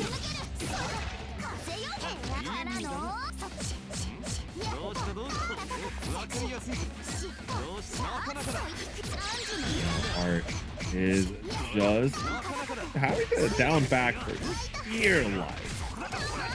That being said, finding just enough space right there, this might be the hit that they need. Gordeau character very prone to snowballing them, but this is exactly proof of it. A little bit of a snowball for sure with the IWEX to end off the game. artthefool now up 2-1. But remember that this is a first to 3 now because we are in winners finals.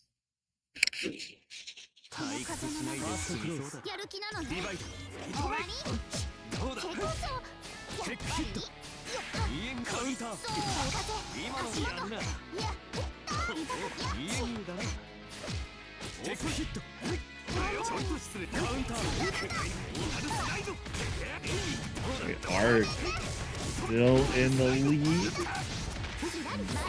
He's just putting on this pressure. I mean, he's not snowballing just yet, I say, as the throw happens. Taking these smokes here, knockdown, keep it simple. And a fuzzy with the KD.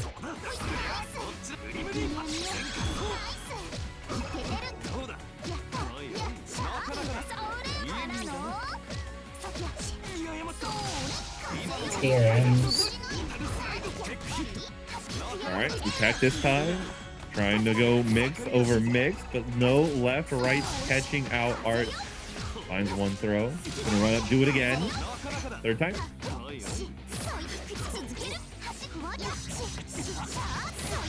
That's Knight for trying to move out.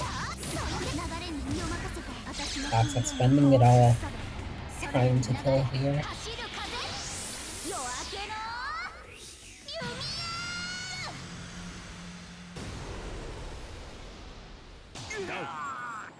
And it does. That being said, Toxic's going into this last round. Any resources to their names, doesn't matter, they'll DP anyway. What's a DP between friends? Great KC right there.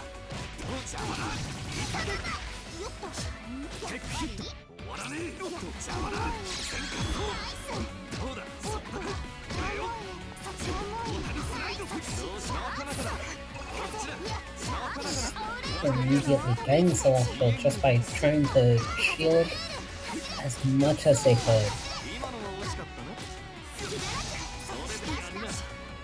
So problems start coming. Big grid break right here. Toxic is one hit away from closing this out, but Art pressing, getting the side switch there.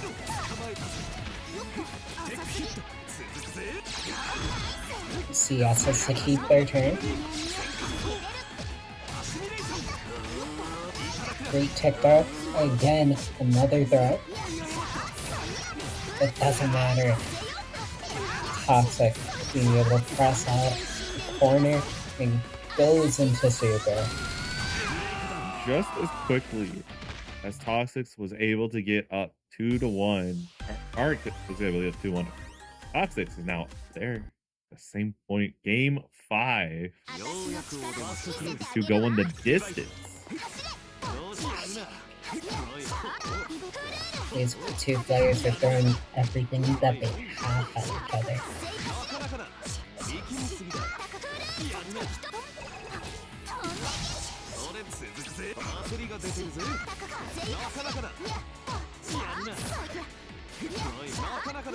Stuck in the corner against this character. There's not too much you could do.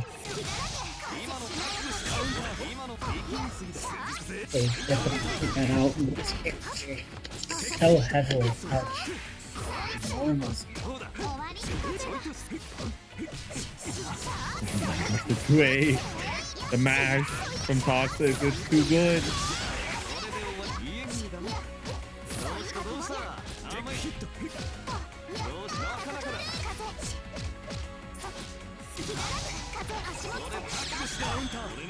So, just a sneaky little command grab, get you out of the corner. Another is sim, and the wake up mash. And it works out. Now it is suddenly Toxic who is on set point. That being said, that Reaper combo immediately bringing them to the corner, but doesn't matter. Toxic able to get right back in. Now the throw. More staggers. Another throw from Toxic there. Are able to mash on out, get brutally away from the corner. We got the plus frames. Will Toxic do anything? Backing off away from the EX command grab. Great punish on the air normal right there. Using the shield to make it punishable right there. And beats out the yo. That is absolutely not what you want to see going to final game, final round. There is no second chance.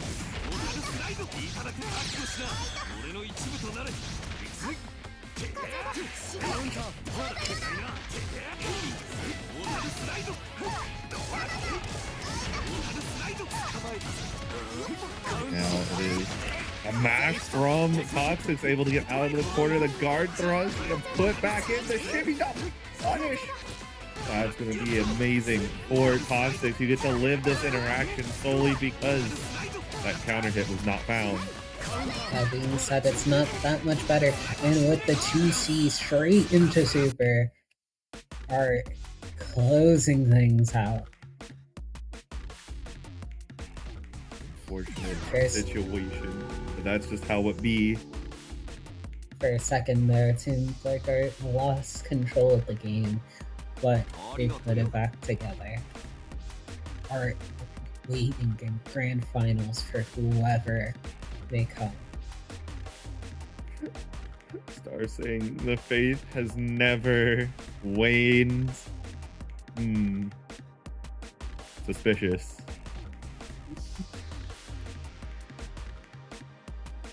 Now, that means we are just going to be in a nice long losers stretch. We got Jacko, we got Manil, we got Ori, we got GaryButternubs, and then Toxics at the end of the road. Only one of these 5 may challenge artthefool for tonight's ultimate victory.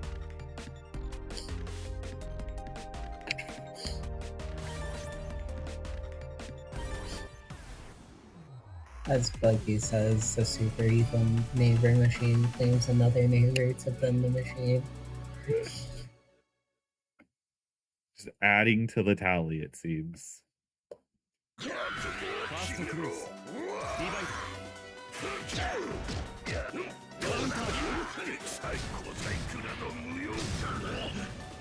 It's going to be eating quite a lot of throws, but it does not matter because we're going to wake up and press 2A and we're going to find a counter hit and it's going to all work out.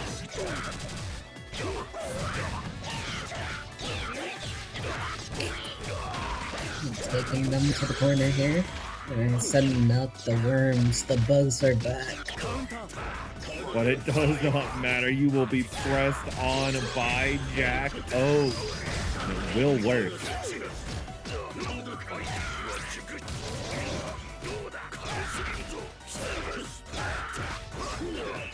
We can get grip of damage, but we're not able to finish the food on our plate right here.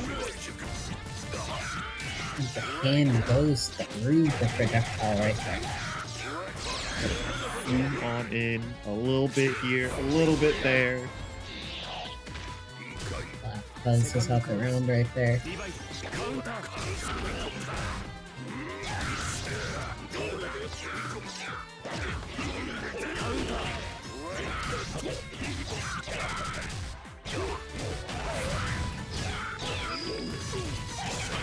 And they're going to be pulling out nice. Manil gets the throw to reset.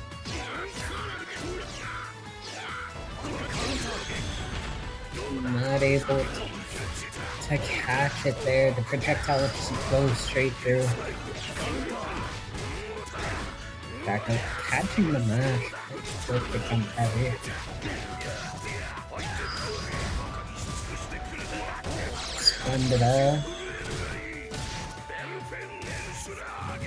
No, body press just really not able to kill, but it's fine. Oh my! Big TK command grab right there.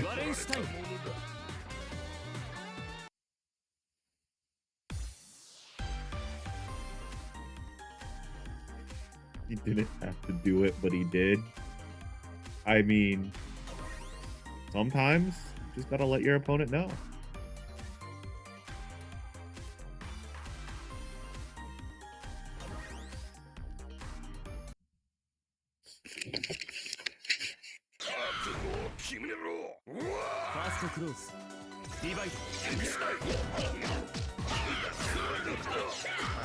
So, Stein, pretty defensive, is able to get a good counter hit and reverse the polarity.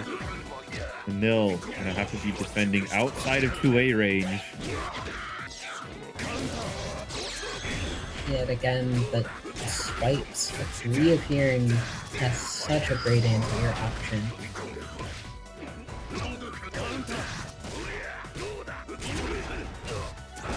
Seeming to try to do a TK command grab as a way to call out Manil doing wake up dive kick, which they have been trying to do. It is an epidemic, but is one that continues for a reason. Zoom on in, get the throw. Oh, the deepest flight of all time. such a shallow angle makes it so hard to use here.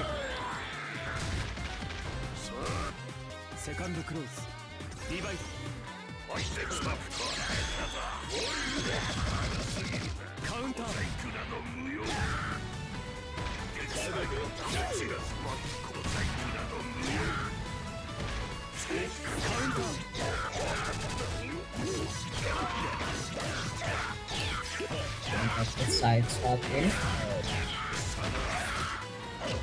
But up just one little family member doesn't want to opt to go for a lot more. I don't blame him. Oh, threatening any hit to kill. There it is. Kill confirmed. Like that. Shackle 1 punch. Whereas that will be the end of Journal's run here. Now Jacko will be awaiting the winner of either. It'll be either Ori or GaryButternubs. They're gonna have two of the strongest players in this bracket. Two demons of brackets everywhere. It's either gonna be Carmine flavored or it's gonna be Hyde flavored. Honestly, I don't know which level of spice you're more accustomed to, but I don't know if it's either. You were saying spice, I'm thinking more so poison.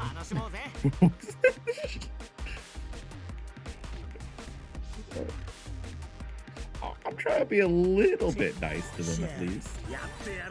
Oh no, I consider it a very flattering thing to be considered poison in fighting games. It means you're deadly. So more of like a Brett Michaels kind of poison.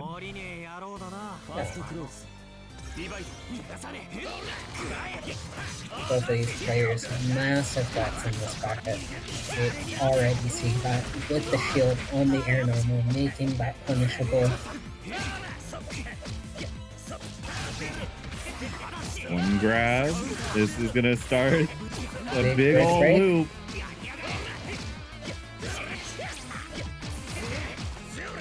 They're just trying to bait out a throw there, catching GaryButternubs. They're trying to make their way out. They're sitting on so much resources.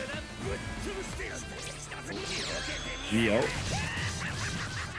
Very smart on them to VO and use CS so that when the server is going through, they could start regaining even more meter.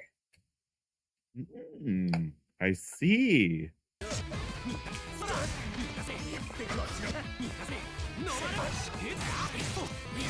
That's side swap there by the Koga.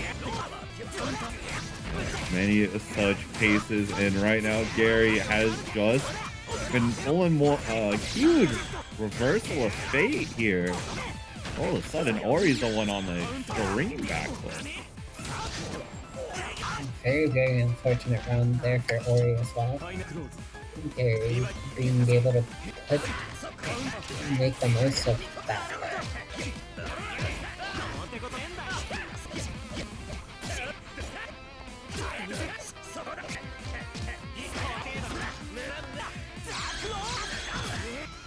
Ooh, that's the anti-air, but was able to keep blocked in time. Gary gonna be very thankful for that. Take smirks here under. Break back on the overhead.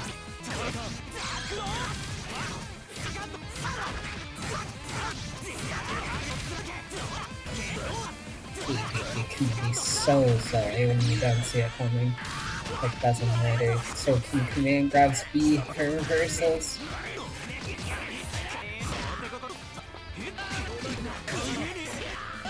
They've grid. Thankfully for Gary, in a very awkward moment where you don't get much in the way of being punished. Roll around, Puddle is there to keep Ori in the driver's seat. And Ori taking the first game here.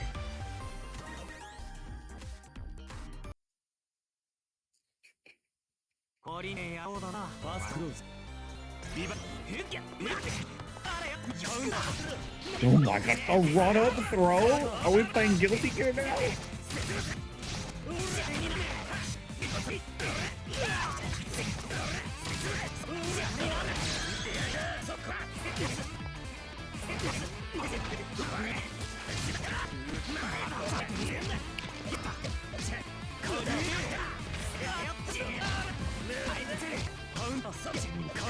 Not getting pressed on. There's the counter hit though. Ori taking another round, moving us to set point.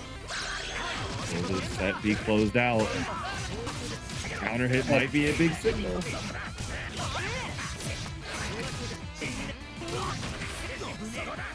Taking the more simple knockdown, getting top return 3C for a way out.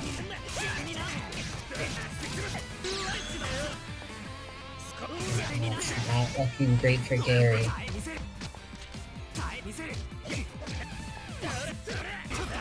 Gary just looking to see if they want to shield or anything.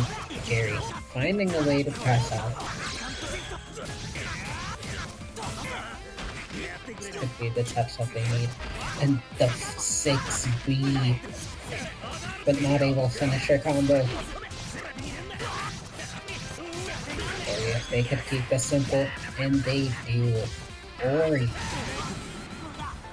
kind of making quick work of Gary here. Yeah.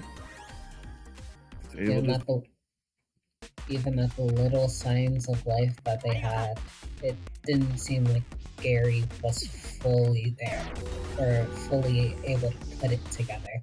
And I apologize, stream, but the room closed.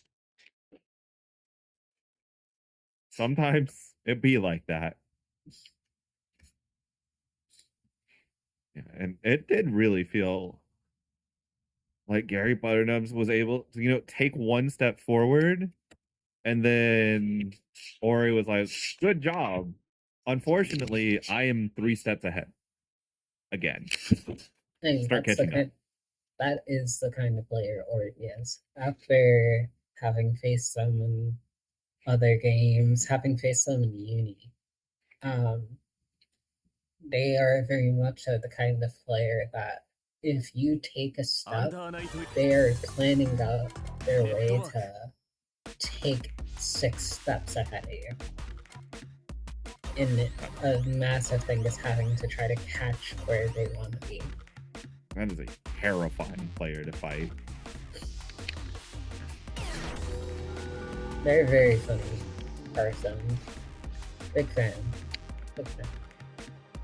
We love Ori around these parts.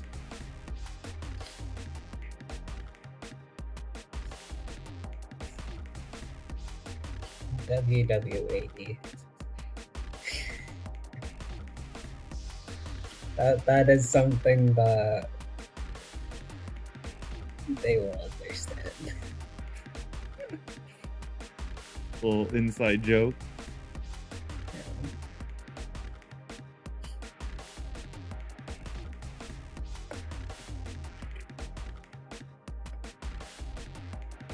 Room close to feedback. As we have this settled, we are currently waiting. They're currently waiting. The Jack of all time. The Jack of all time. Can I bet on yourself? I mean, why wouldn't you bet on yourself? You could bet on yourself. Is that insider betting? Yeah. But also, nothing's stopping you. True. I mean, bet on yourself, and you either win and you feast, or that loss hurts just that much more. Yeah, because you won't have your Boston Blue Bucks. Boston Blue Bucks. Yeah, that's your Boston Blue Bucks.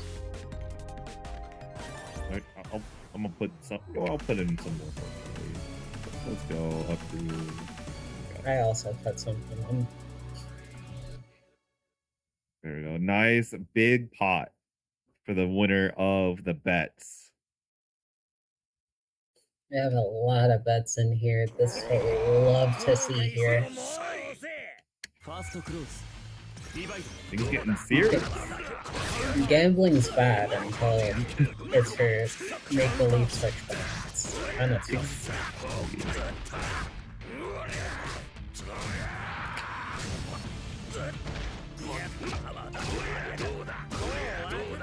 All you have to do to get your channel points that you lose back is simply watch more Boston Blue Beat. Here. Uh-oh. Oh. It appears Ori had a disconnect there. Yet again, it'll be up to TS discretion on what they want to do. Refund the points. The bet's not even over. Foolish Ori, I laced your uni. It was me, Ori. I alt F4'd your uni.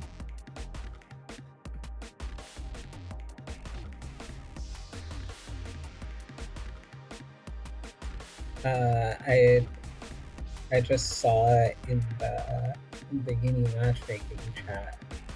Here's that Ori said it was 200 MS. Ooh.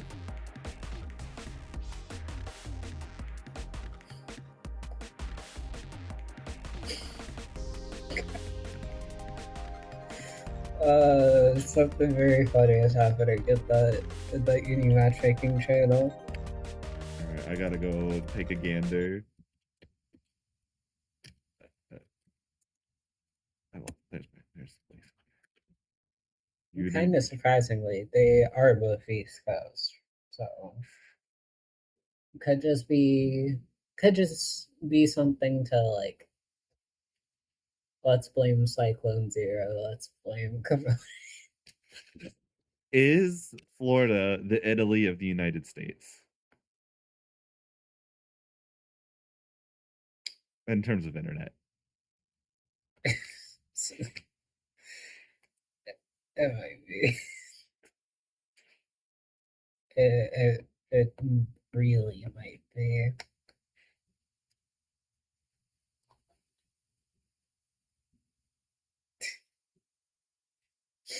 I also love that's a sticker that Ori put in that chat. I thought that was just a small image. No.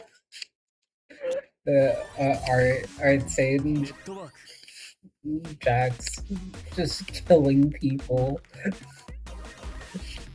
First the sinner situation, now this. Yeah, Ori was saying that on their end, stuff like Jack going for an overhead was practically unreactable because of the rollback. I mean, Jack wouldn't mind that being the reality.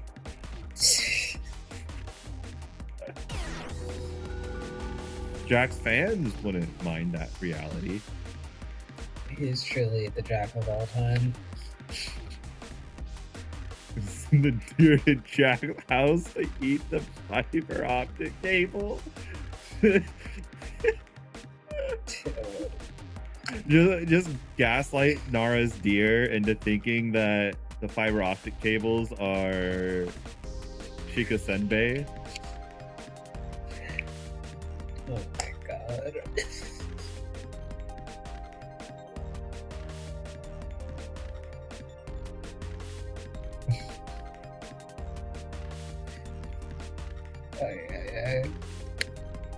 I do understand Ori's little struggles here, where they kind of pointed out that play.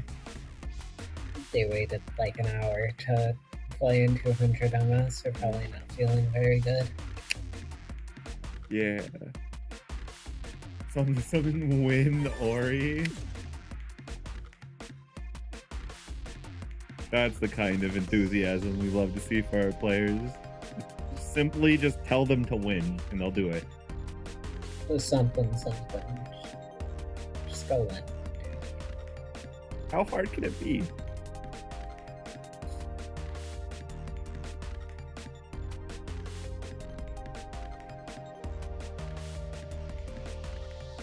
Yo, Buggy Quit was 2 plus 3?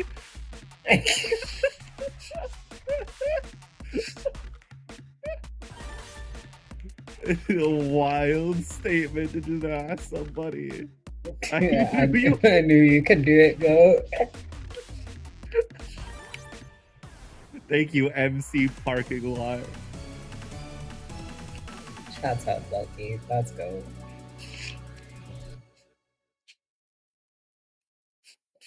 Well, they're not a goat, they're a bug, but you know what I mean. Hey, see, actually get the tip. Or do we?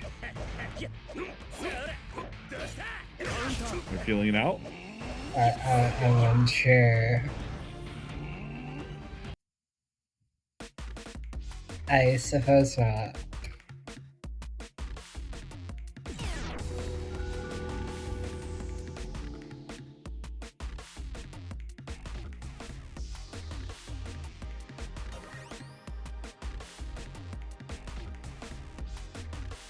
Oh, it might be playable. Where's the playability? They were doing the tester just to see how things were. That was the tester. And now they're just gonna play through it.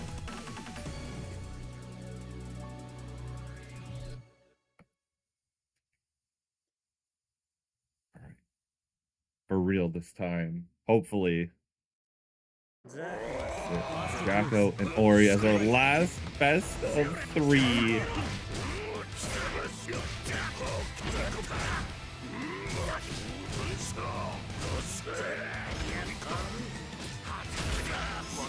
Throw him back into the corner.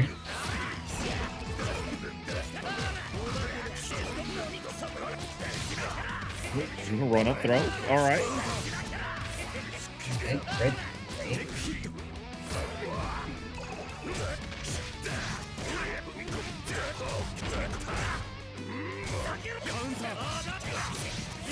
Great mash from Ori right there. Good job, guys. Put the PO.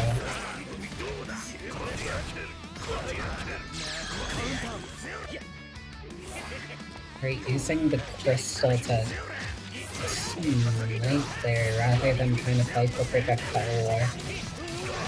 Yeah, it's not gonna be a fun time fighting a projectile war. And, you know, the danger is just dying instantly. Yeah, Ori opting to spend all they have here for the momentum of winning the first round here.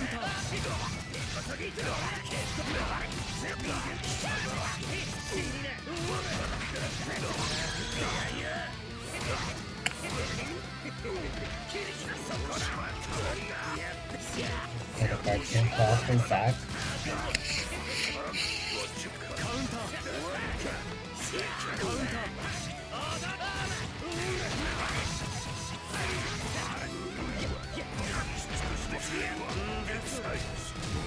Oh, there's a jump into the throw. Do good growth of damage here. Unless we drop it. No drops here though. At least not for the moment.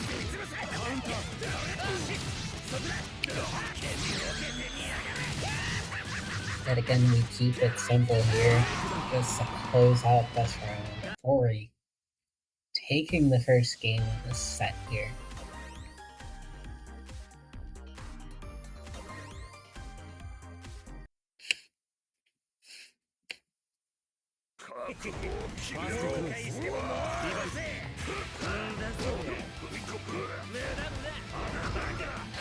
And a lot more patient on this round for Ori, keeping that distance with a rock smash from downtown.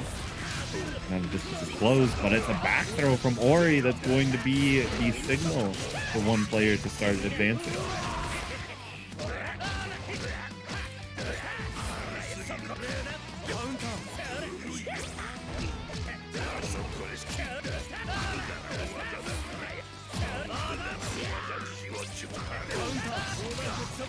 Access hit the safe there, but no able to finish the combat.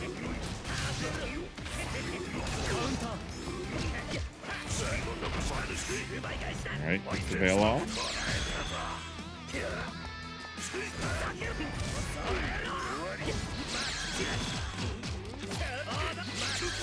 Plus range right there. Again.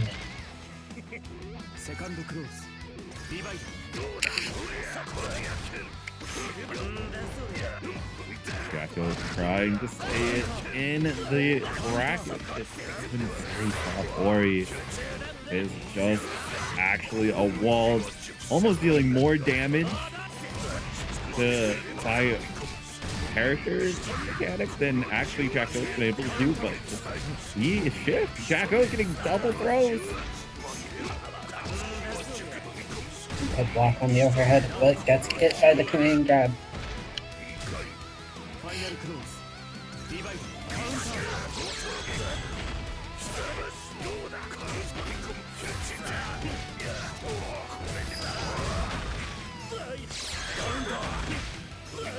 Catches a reversal attempt.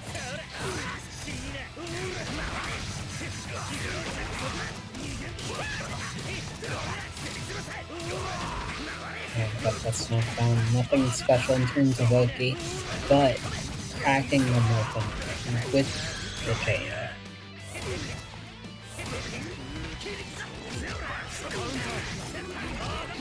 Getting the guard cancel out of them fails, and Ori capitalizing on it all. CVO into super. Keep it simple. Ori going 2-0 very, very quickly. And that means Jacko eliminated. And our top three will be Ori, Toxic, and artthefool. Ori and Toxic meeting for the first time tonight. Both of them wanting a run back against Art. It's either Carmine Nation or Nanase Nation are gonna have the first dibs. But both of these players already have proven that they're more than able to be in this position. All three of these players obviously guaranteed top 3 positions, and as such, I think it's only suitable that we mention Maturino, because all 3 of these players are subject to, claiming the holy grail of Maturino, so to say. And as such, if there are still codes in there, I will set up the Maturino for you if need be. Go click on that code. It is literally free money for these players. I still see 35 codes in there. I want you to click on that link. It takes 3 clicks at most to get these players a bit of extra money. So, why not?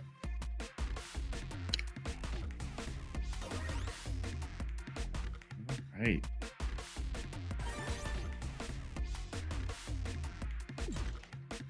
I already claimed my code very long ago. I claimed my code too. All I'm saying is that we claimed our codes.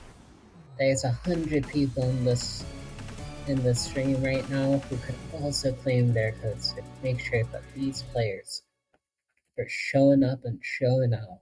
They're getting paid. Toxic hasn't claimed a code. Do you not believe in yourself to win? Serious.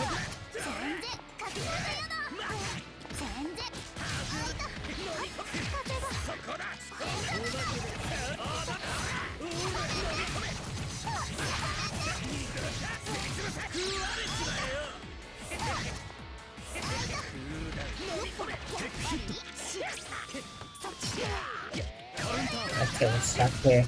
We have Ori just immediately getting this counter hit off the frame trap right there. And like that, immediately taking the first round of our losers final set. Big plus range, and just hits him with the AA.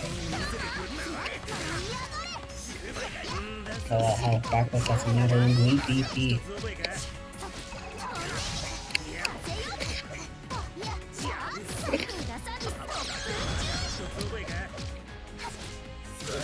There's the throw. Knowing that there's so many animation, go for the main part. Starts off with doesn't matter when Toxic just confidently presses her way out. Oh, sword card, but it's too far away for a punish. Using the half charge to just throw.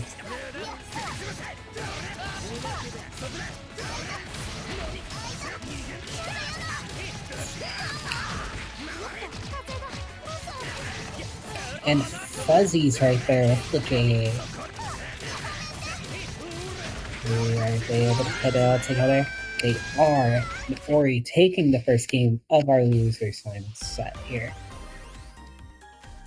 White dominantly as well.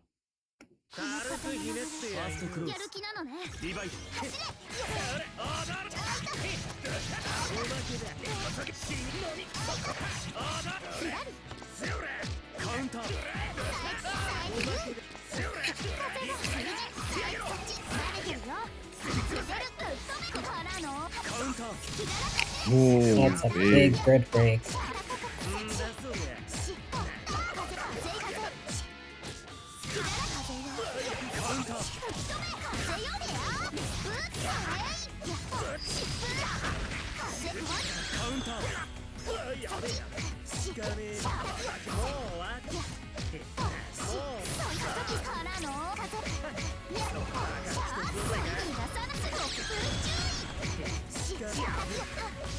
Okay, just playing defense patiently and low profile and under the air normal. Just to get some press in.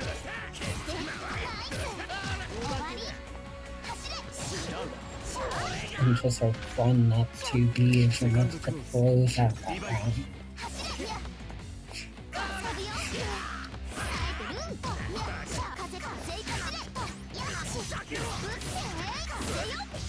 That's just dashing in right there.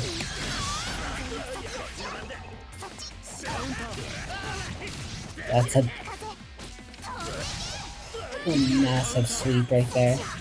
Ooh, speaking of, right now, Toxic very poised for one next conversion, and Arcsys is going to give for you a nice bit of distance to work with. With Toxic's life total, there's a lot that can be spent to try and find a stray hit to get to a kill. And using the little bit of space that they got from the CS to walk a little back.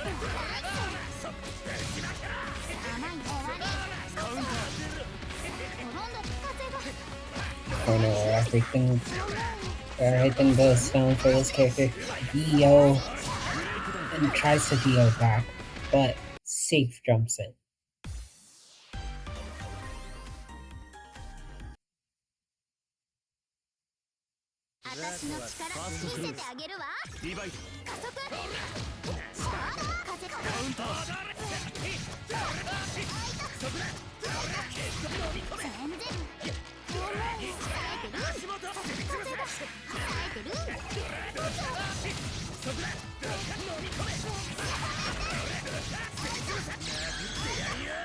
Will you have them take the smackdown here?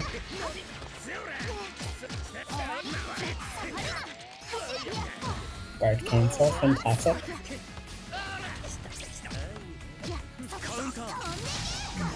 That's a great grid break. And the stuff on the C skill too. And Toxic is actually just on another level in this round. The block on the overhead from Ori.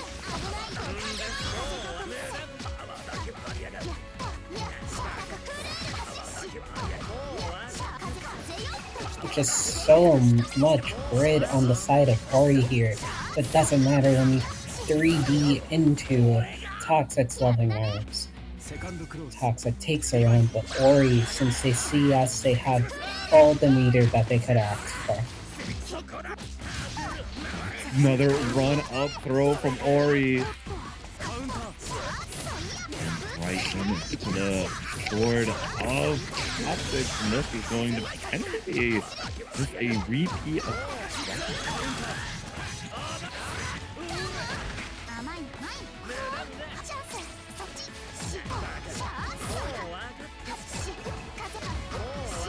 effectively using the green shield there to make the space like that, just so they could get the punish.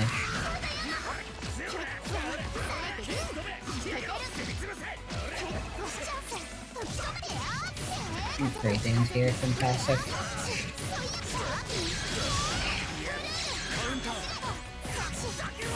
But again, the reversal gets snuffed out by the projectile, and Toxic goes up 2-1. Definitely looks a whole lot better as of game number 2. To close out in 4 games, absolutely possible.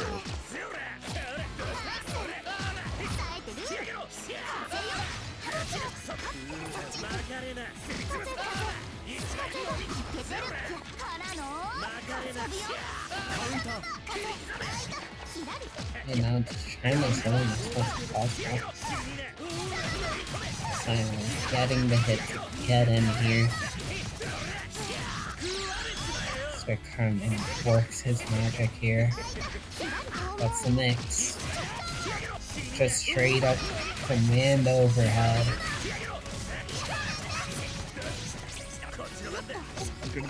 No, gonna try and fall into a reset. Be a little more frugal with the resources. Toxic's gonna tactical throw.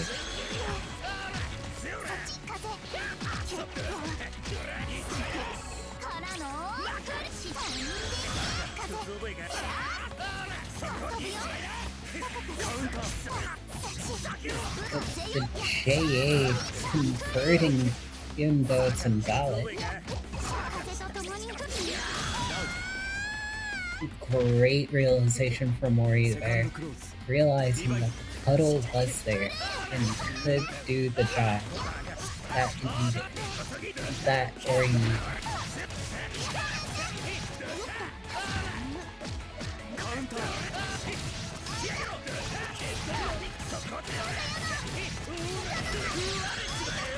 Yeah, they're gonna take another knockdown. What's the mix? Just straight up getting hit. Just a threat of the mix. It's enough. The mix is black magic. Like that. As Ori evens it out.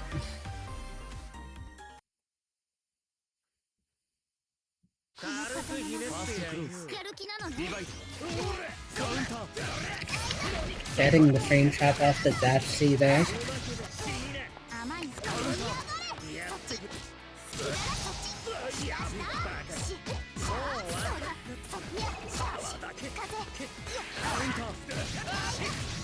Big anti-air right there with the projectile.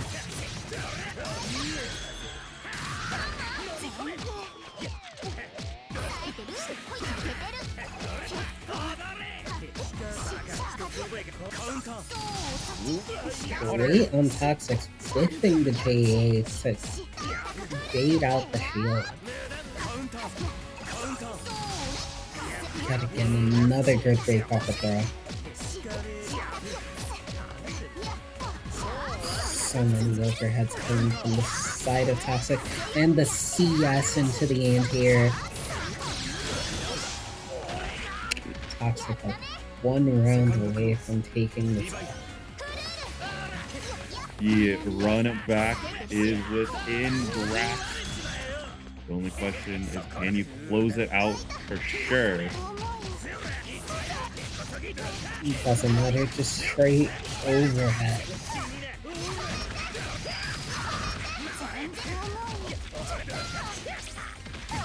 Gets hit below. What's the mix? Nothing, just trying to bait out an option there from Toxic.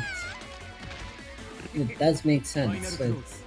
I mean, we've seen throughout this set, Toxic's brought out a lot of guard cancel, a lot of DPs. It's fairly reasonable that they might do something. Yes, it is indeed. Now, it is all up to Ori to make this final round end. Grid break again is another great way to do it. That's quick for trying to end here.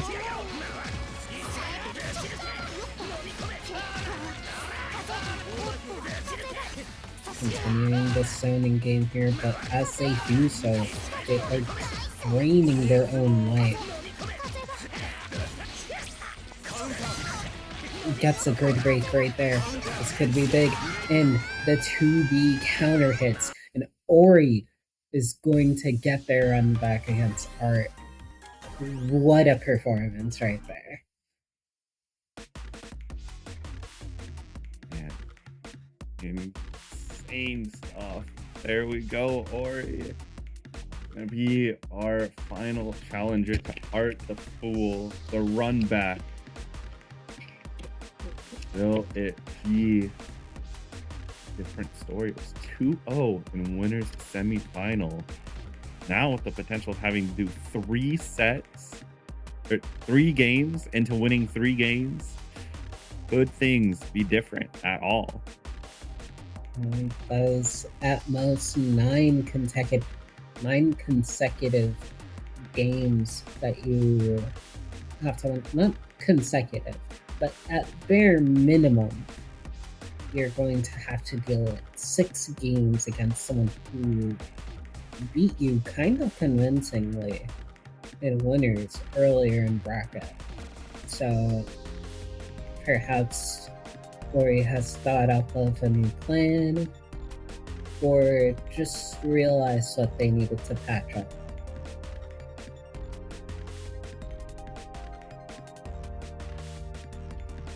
As we are waiting for info. Additionally,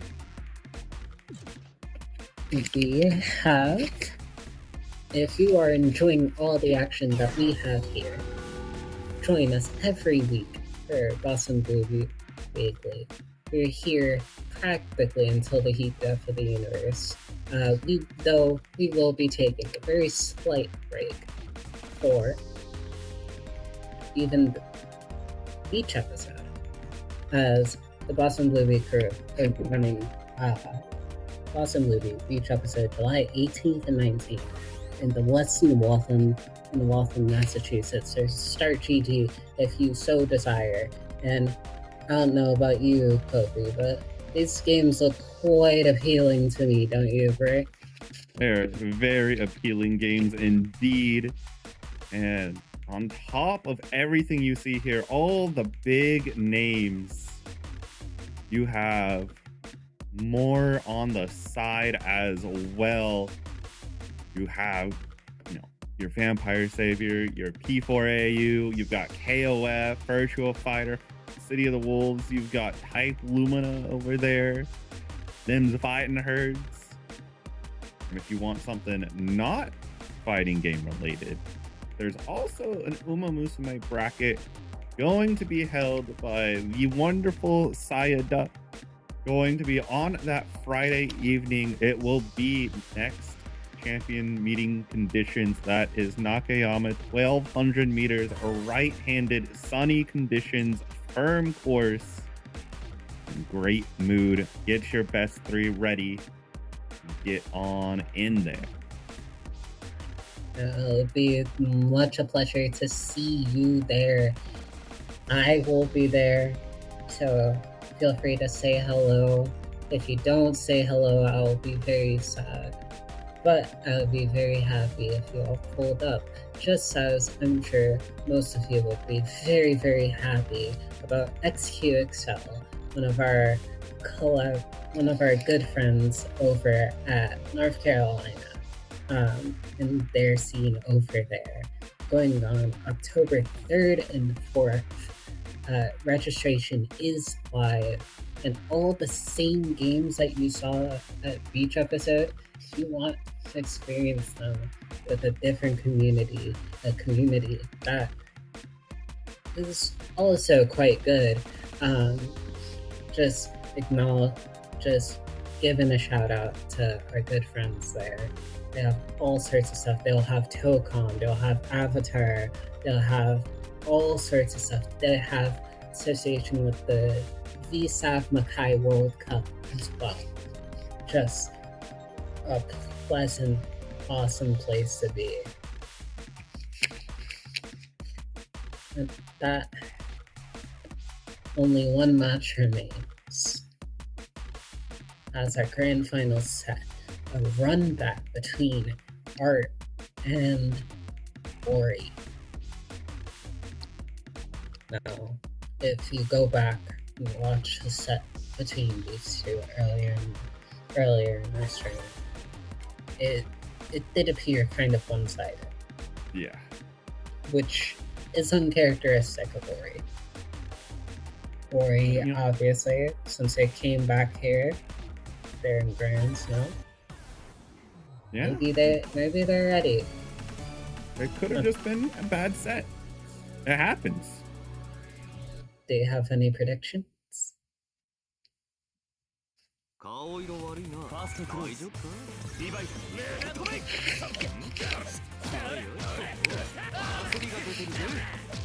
Suppose this match can be very hard to predict. Ori already starting their offense off. That being said, Art getting so much grid. But also, there's the thing, does it matter how much grid you get if it does not end up giving you any advantage? Well, clearly, it's going to give you the mental advantage as Art just runs up and throws Ori out of the Oki that they got set up in, and the big 6B is gonna break it.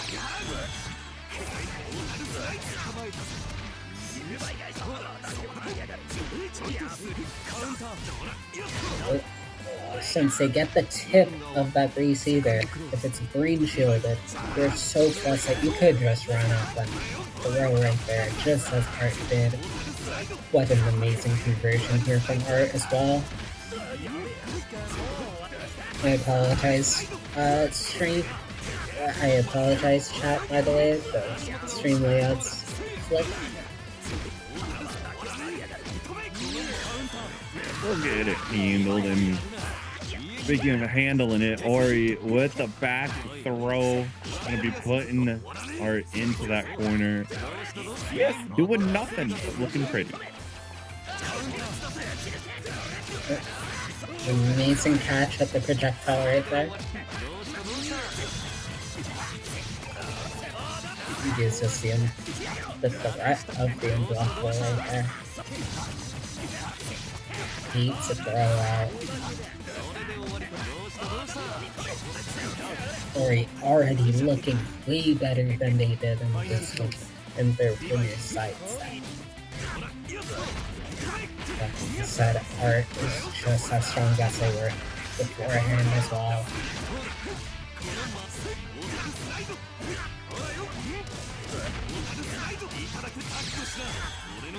Let's take this to Unforeseen knockdown. The air dash afterwards is a safe jump. Just like there, but doesn't matter if it's a safe jump if I come in, grab it.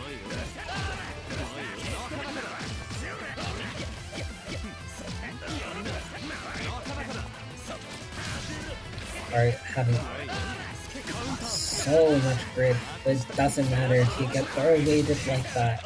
They do win cycle though, even though they do get hit there.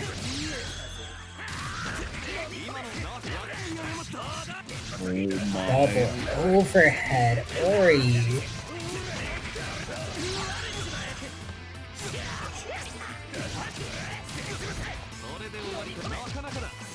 But unable to kill here, but you're one touch away. amazing match out there from Ori.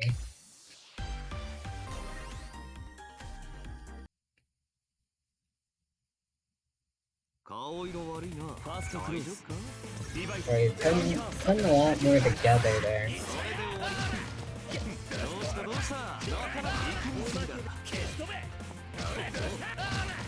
Something seems to be lit under Ori, wouldn't you say?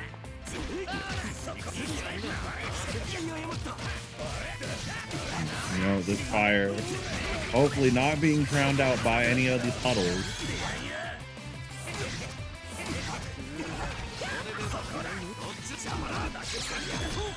Great. Okay, video. It's just so active.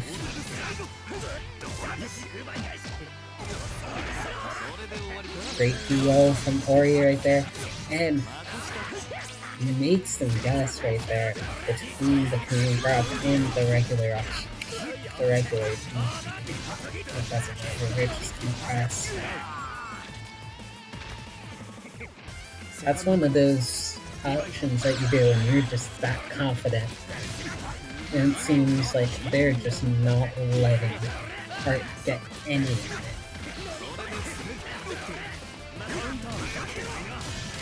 That being said, Art's not going to take it lying down, but a great run up TV.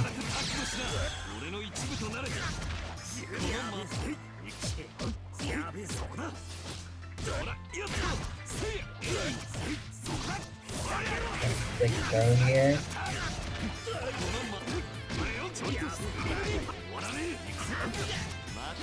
And then getting away. Just a front up 6B. Oh my god.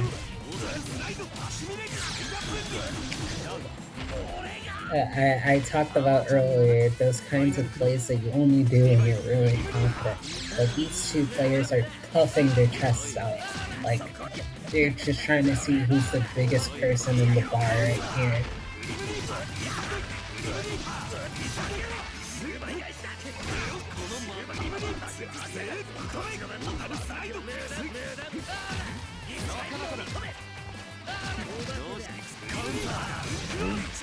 Challenge so far away, finding a counter hit. Getting the side swap off of this.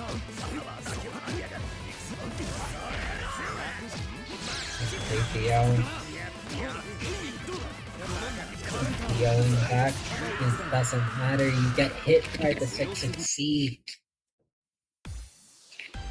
Evening up the score, Art.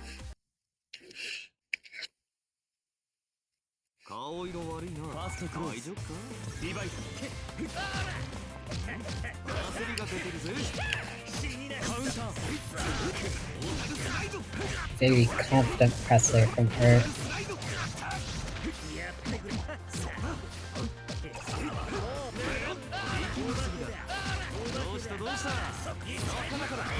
Learning from Ori, trying to keep Art away. That is where Ori's had a lot of success, is getting that far hit and then converting it into repeated advantageous positions. That being said, Art with the cognizance to go for the side steps there. The 2-2A starter is going to be big here for Art. Able to kill the least amount of meter needed.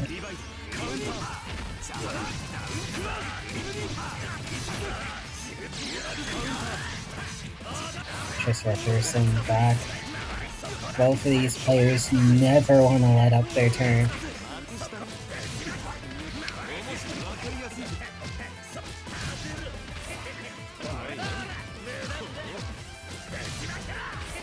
Another throw. Another throw.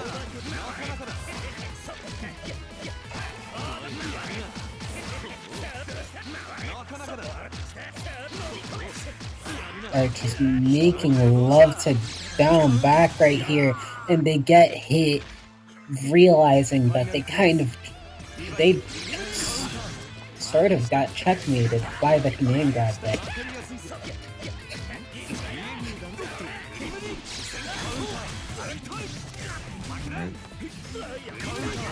gonna be trying to get this the second round to win. His first big attempt at getting a continued advantageous position has been thwarted badly by Ori.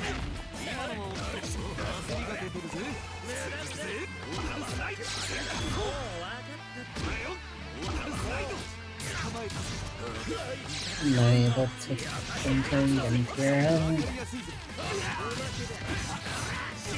Great guard rate there from Ori.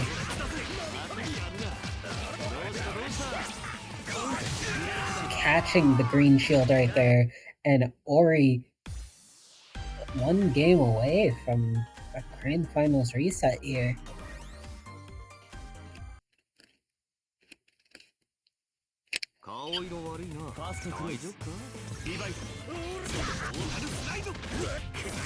That's a big 5C there.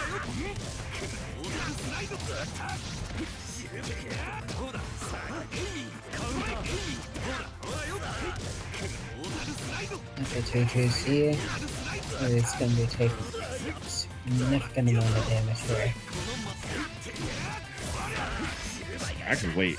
No, I was gonna say, could we route into a kill? But we're not even gonna ask the question. Art's gonna find a secondary hit.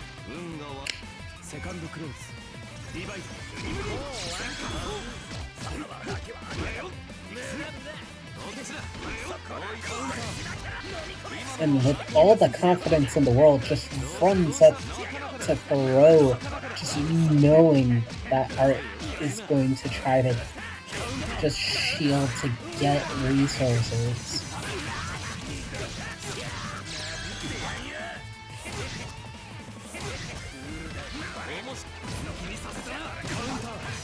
Baits the VO right there.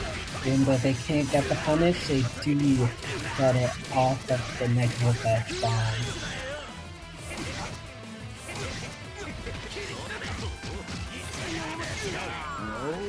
Opening up Ori. Still gonna be holding on potential reset points here and now.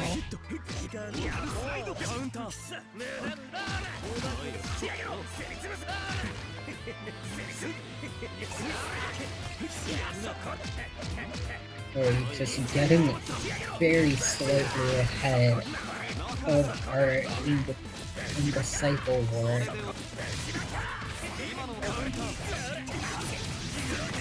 He just hits them with the 2D right there. My little route into a kill, but doesn't matter with this next throw rate.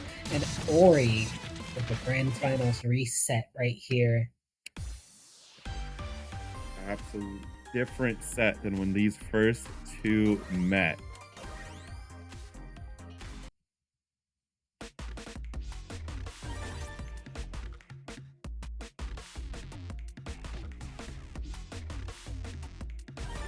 It's a super equal neighbor machine. It's still there.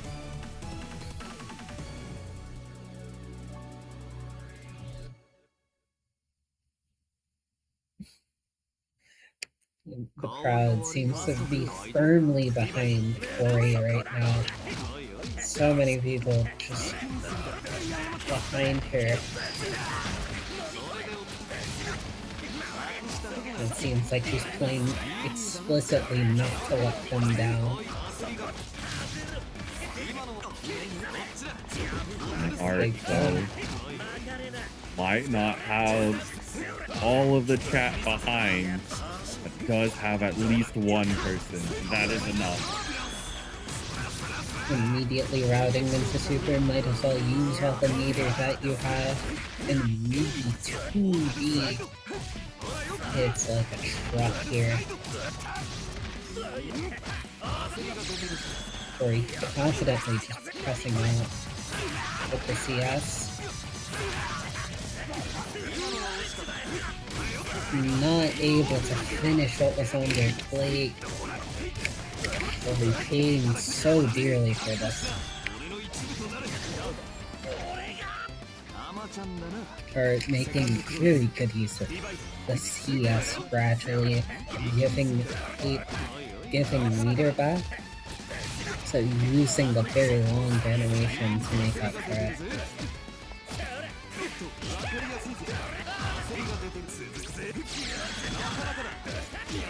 They feel all the meter in the world for art, but not gonna get any chance to use it. The puddle will interrupt that attempt at keeping Ori locked down.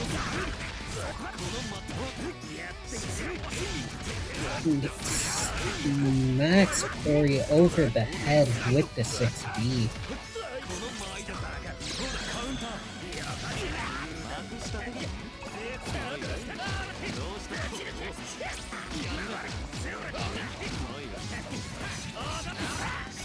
Alright, getting caught for trying to make their move. So he's going to spend, and they are.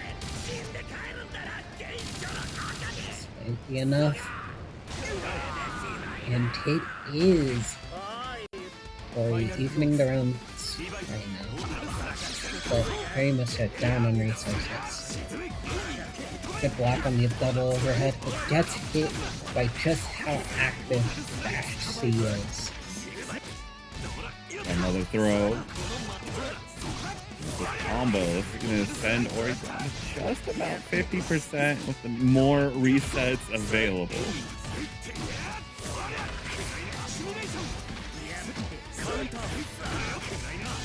Gets hit by the 4D. This isn't looking good for Ori.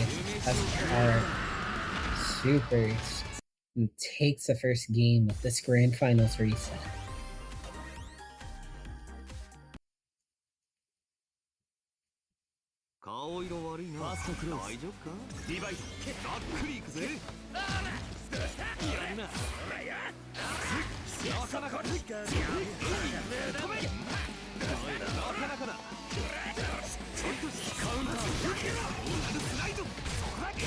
Alright, finding very good spacing to get the hit within that scramble.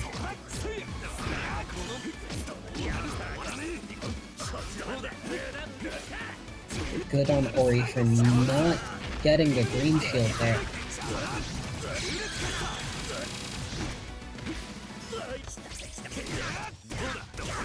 Tries to backdash 2C, but it's just too active. Second part of that move, catching. Shimmy attempt. And the VO will be baited instead.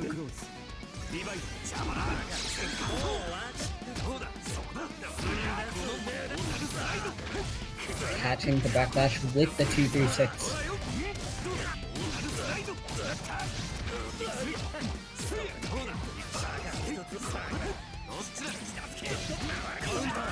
Ori has been very slick with their green shields, not being too punished for any of them really.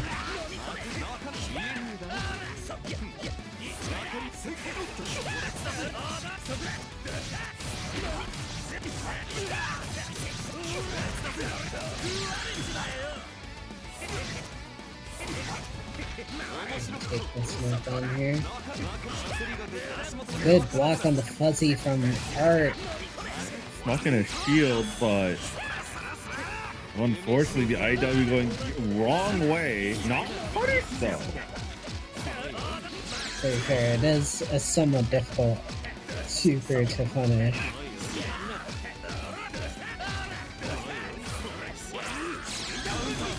Especially in this high pressure of a scenario, it can be quite difficult. Or he finds the hit with speed, even at the round count of this game.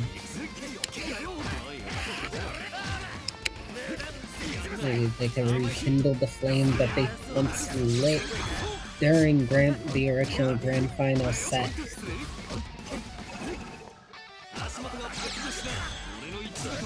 Sneakily with the two on the 4C. Counter hit. Ori charging on to tying up the set again.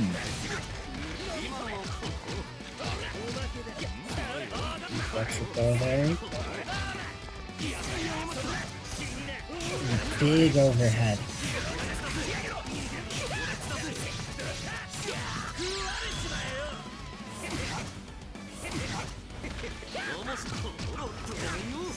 Just one. Our guard cancel out. And Ori's gonna take the game, tying it back up 1-1. Both players not being faced by one another. That's kind of been the story of this entire set so far.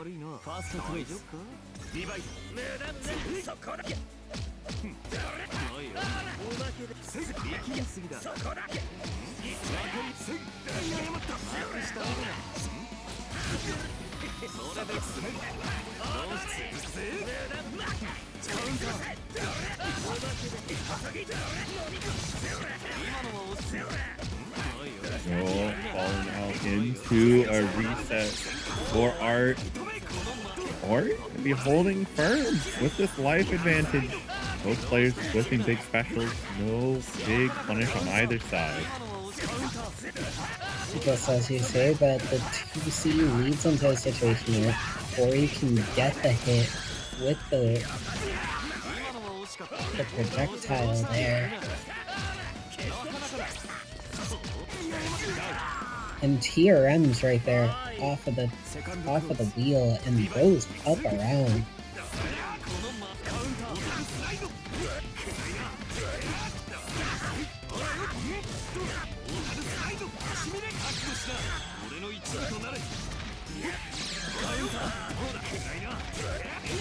Where he tries to use the command grab as a reversal, but to no avail.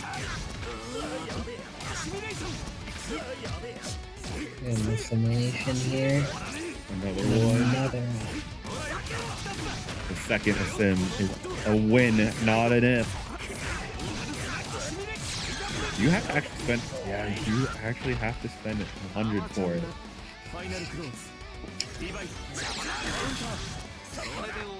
Attempts around start B Reaper to no avail.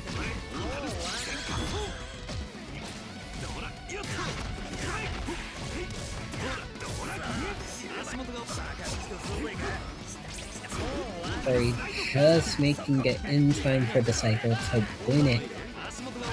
And a neat little bit of meter for their efforts of losing, giving up some SC of this cycle. It's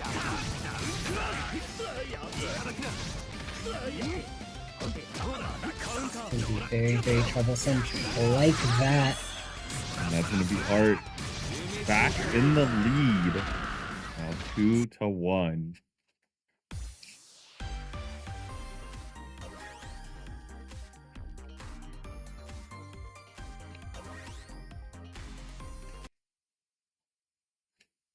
That being said, Ori's not rolling over and dying. Neither is Art. A bold run up there from Ori. The Phantom Handshake. Shades of Grand Blue right there.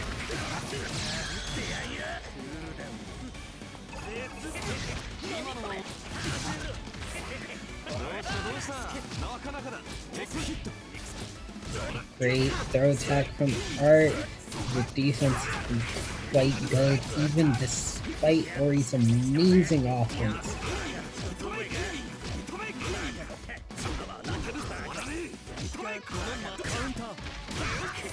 Golden trade, and unfortunately for Ori, Gordeau has those trade combos on deck.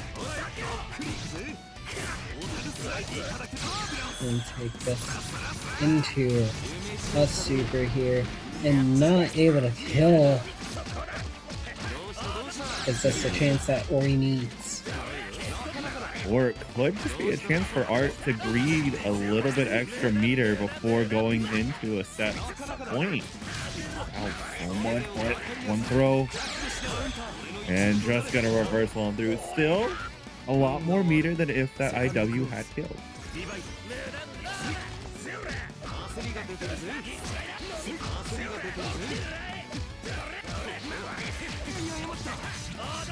Ori tagging them with the J right there.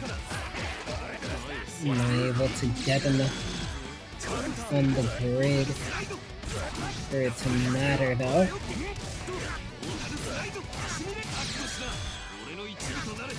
Thanks for 2 and 4C.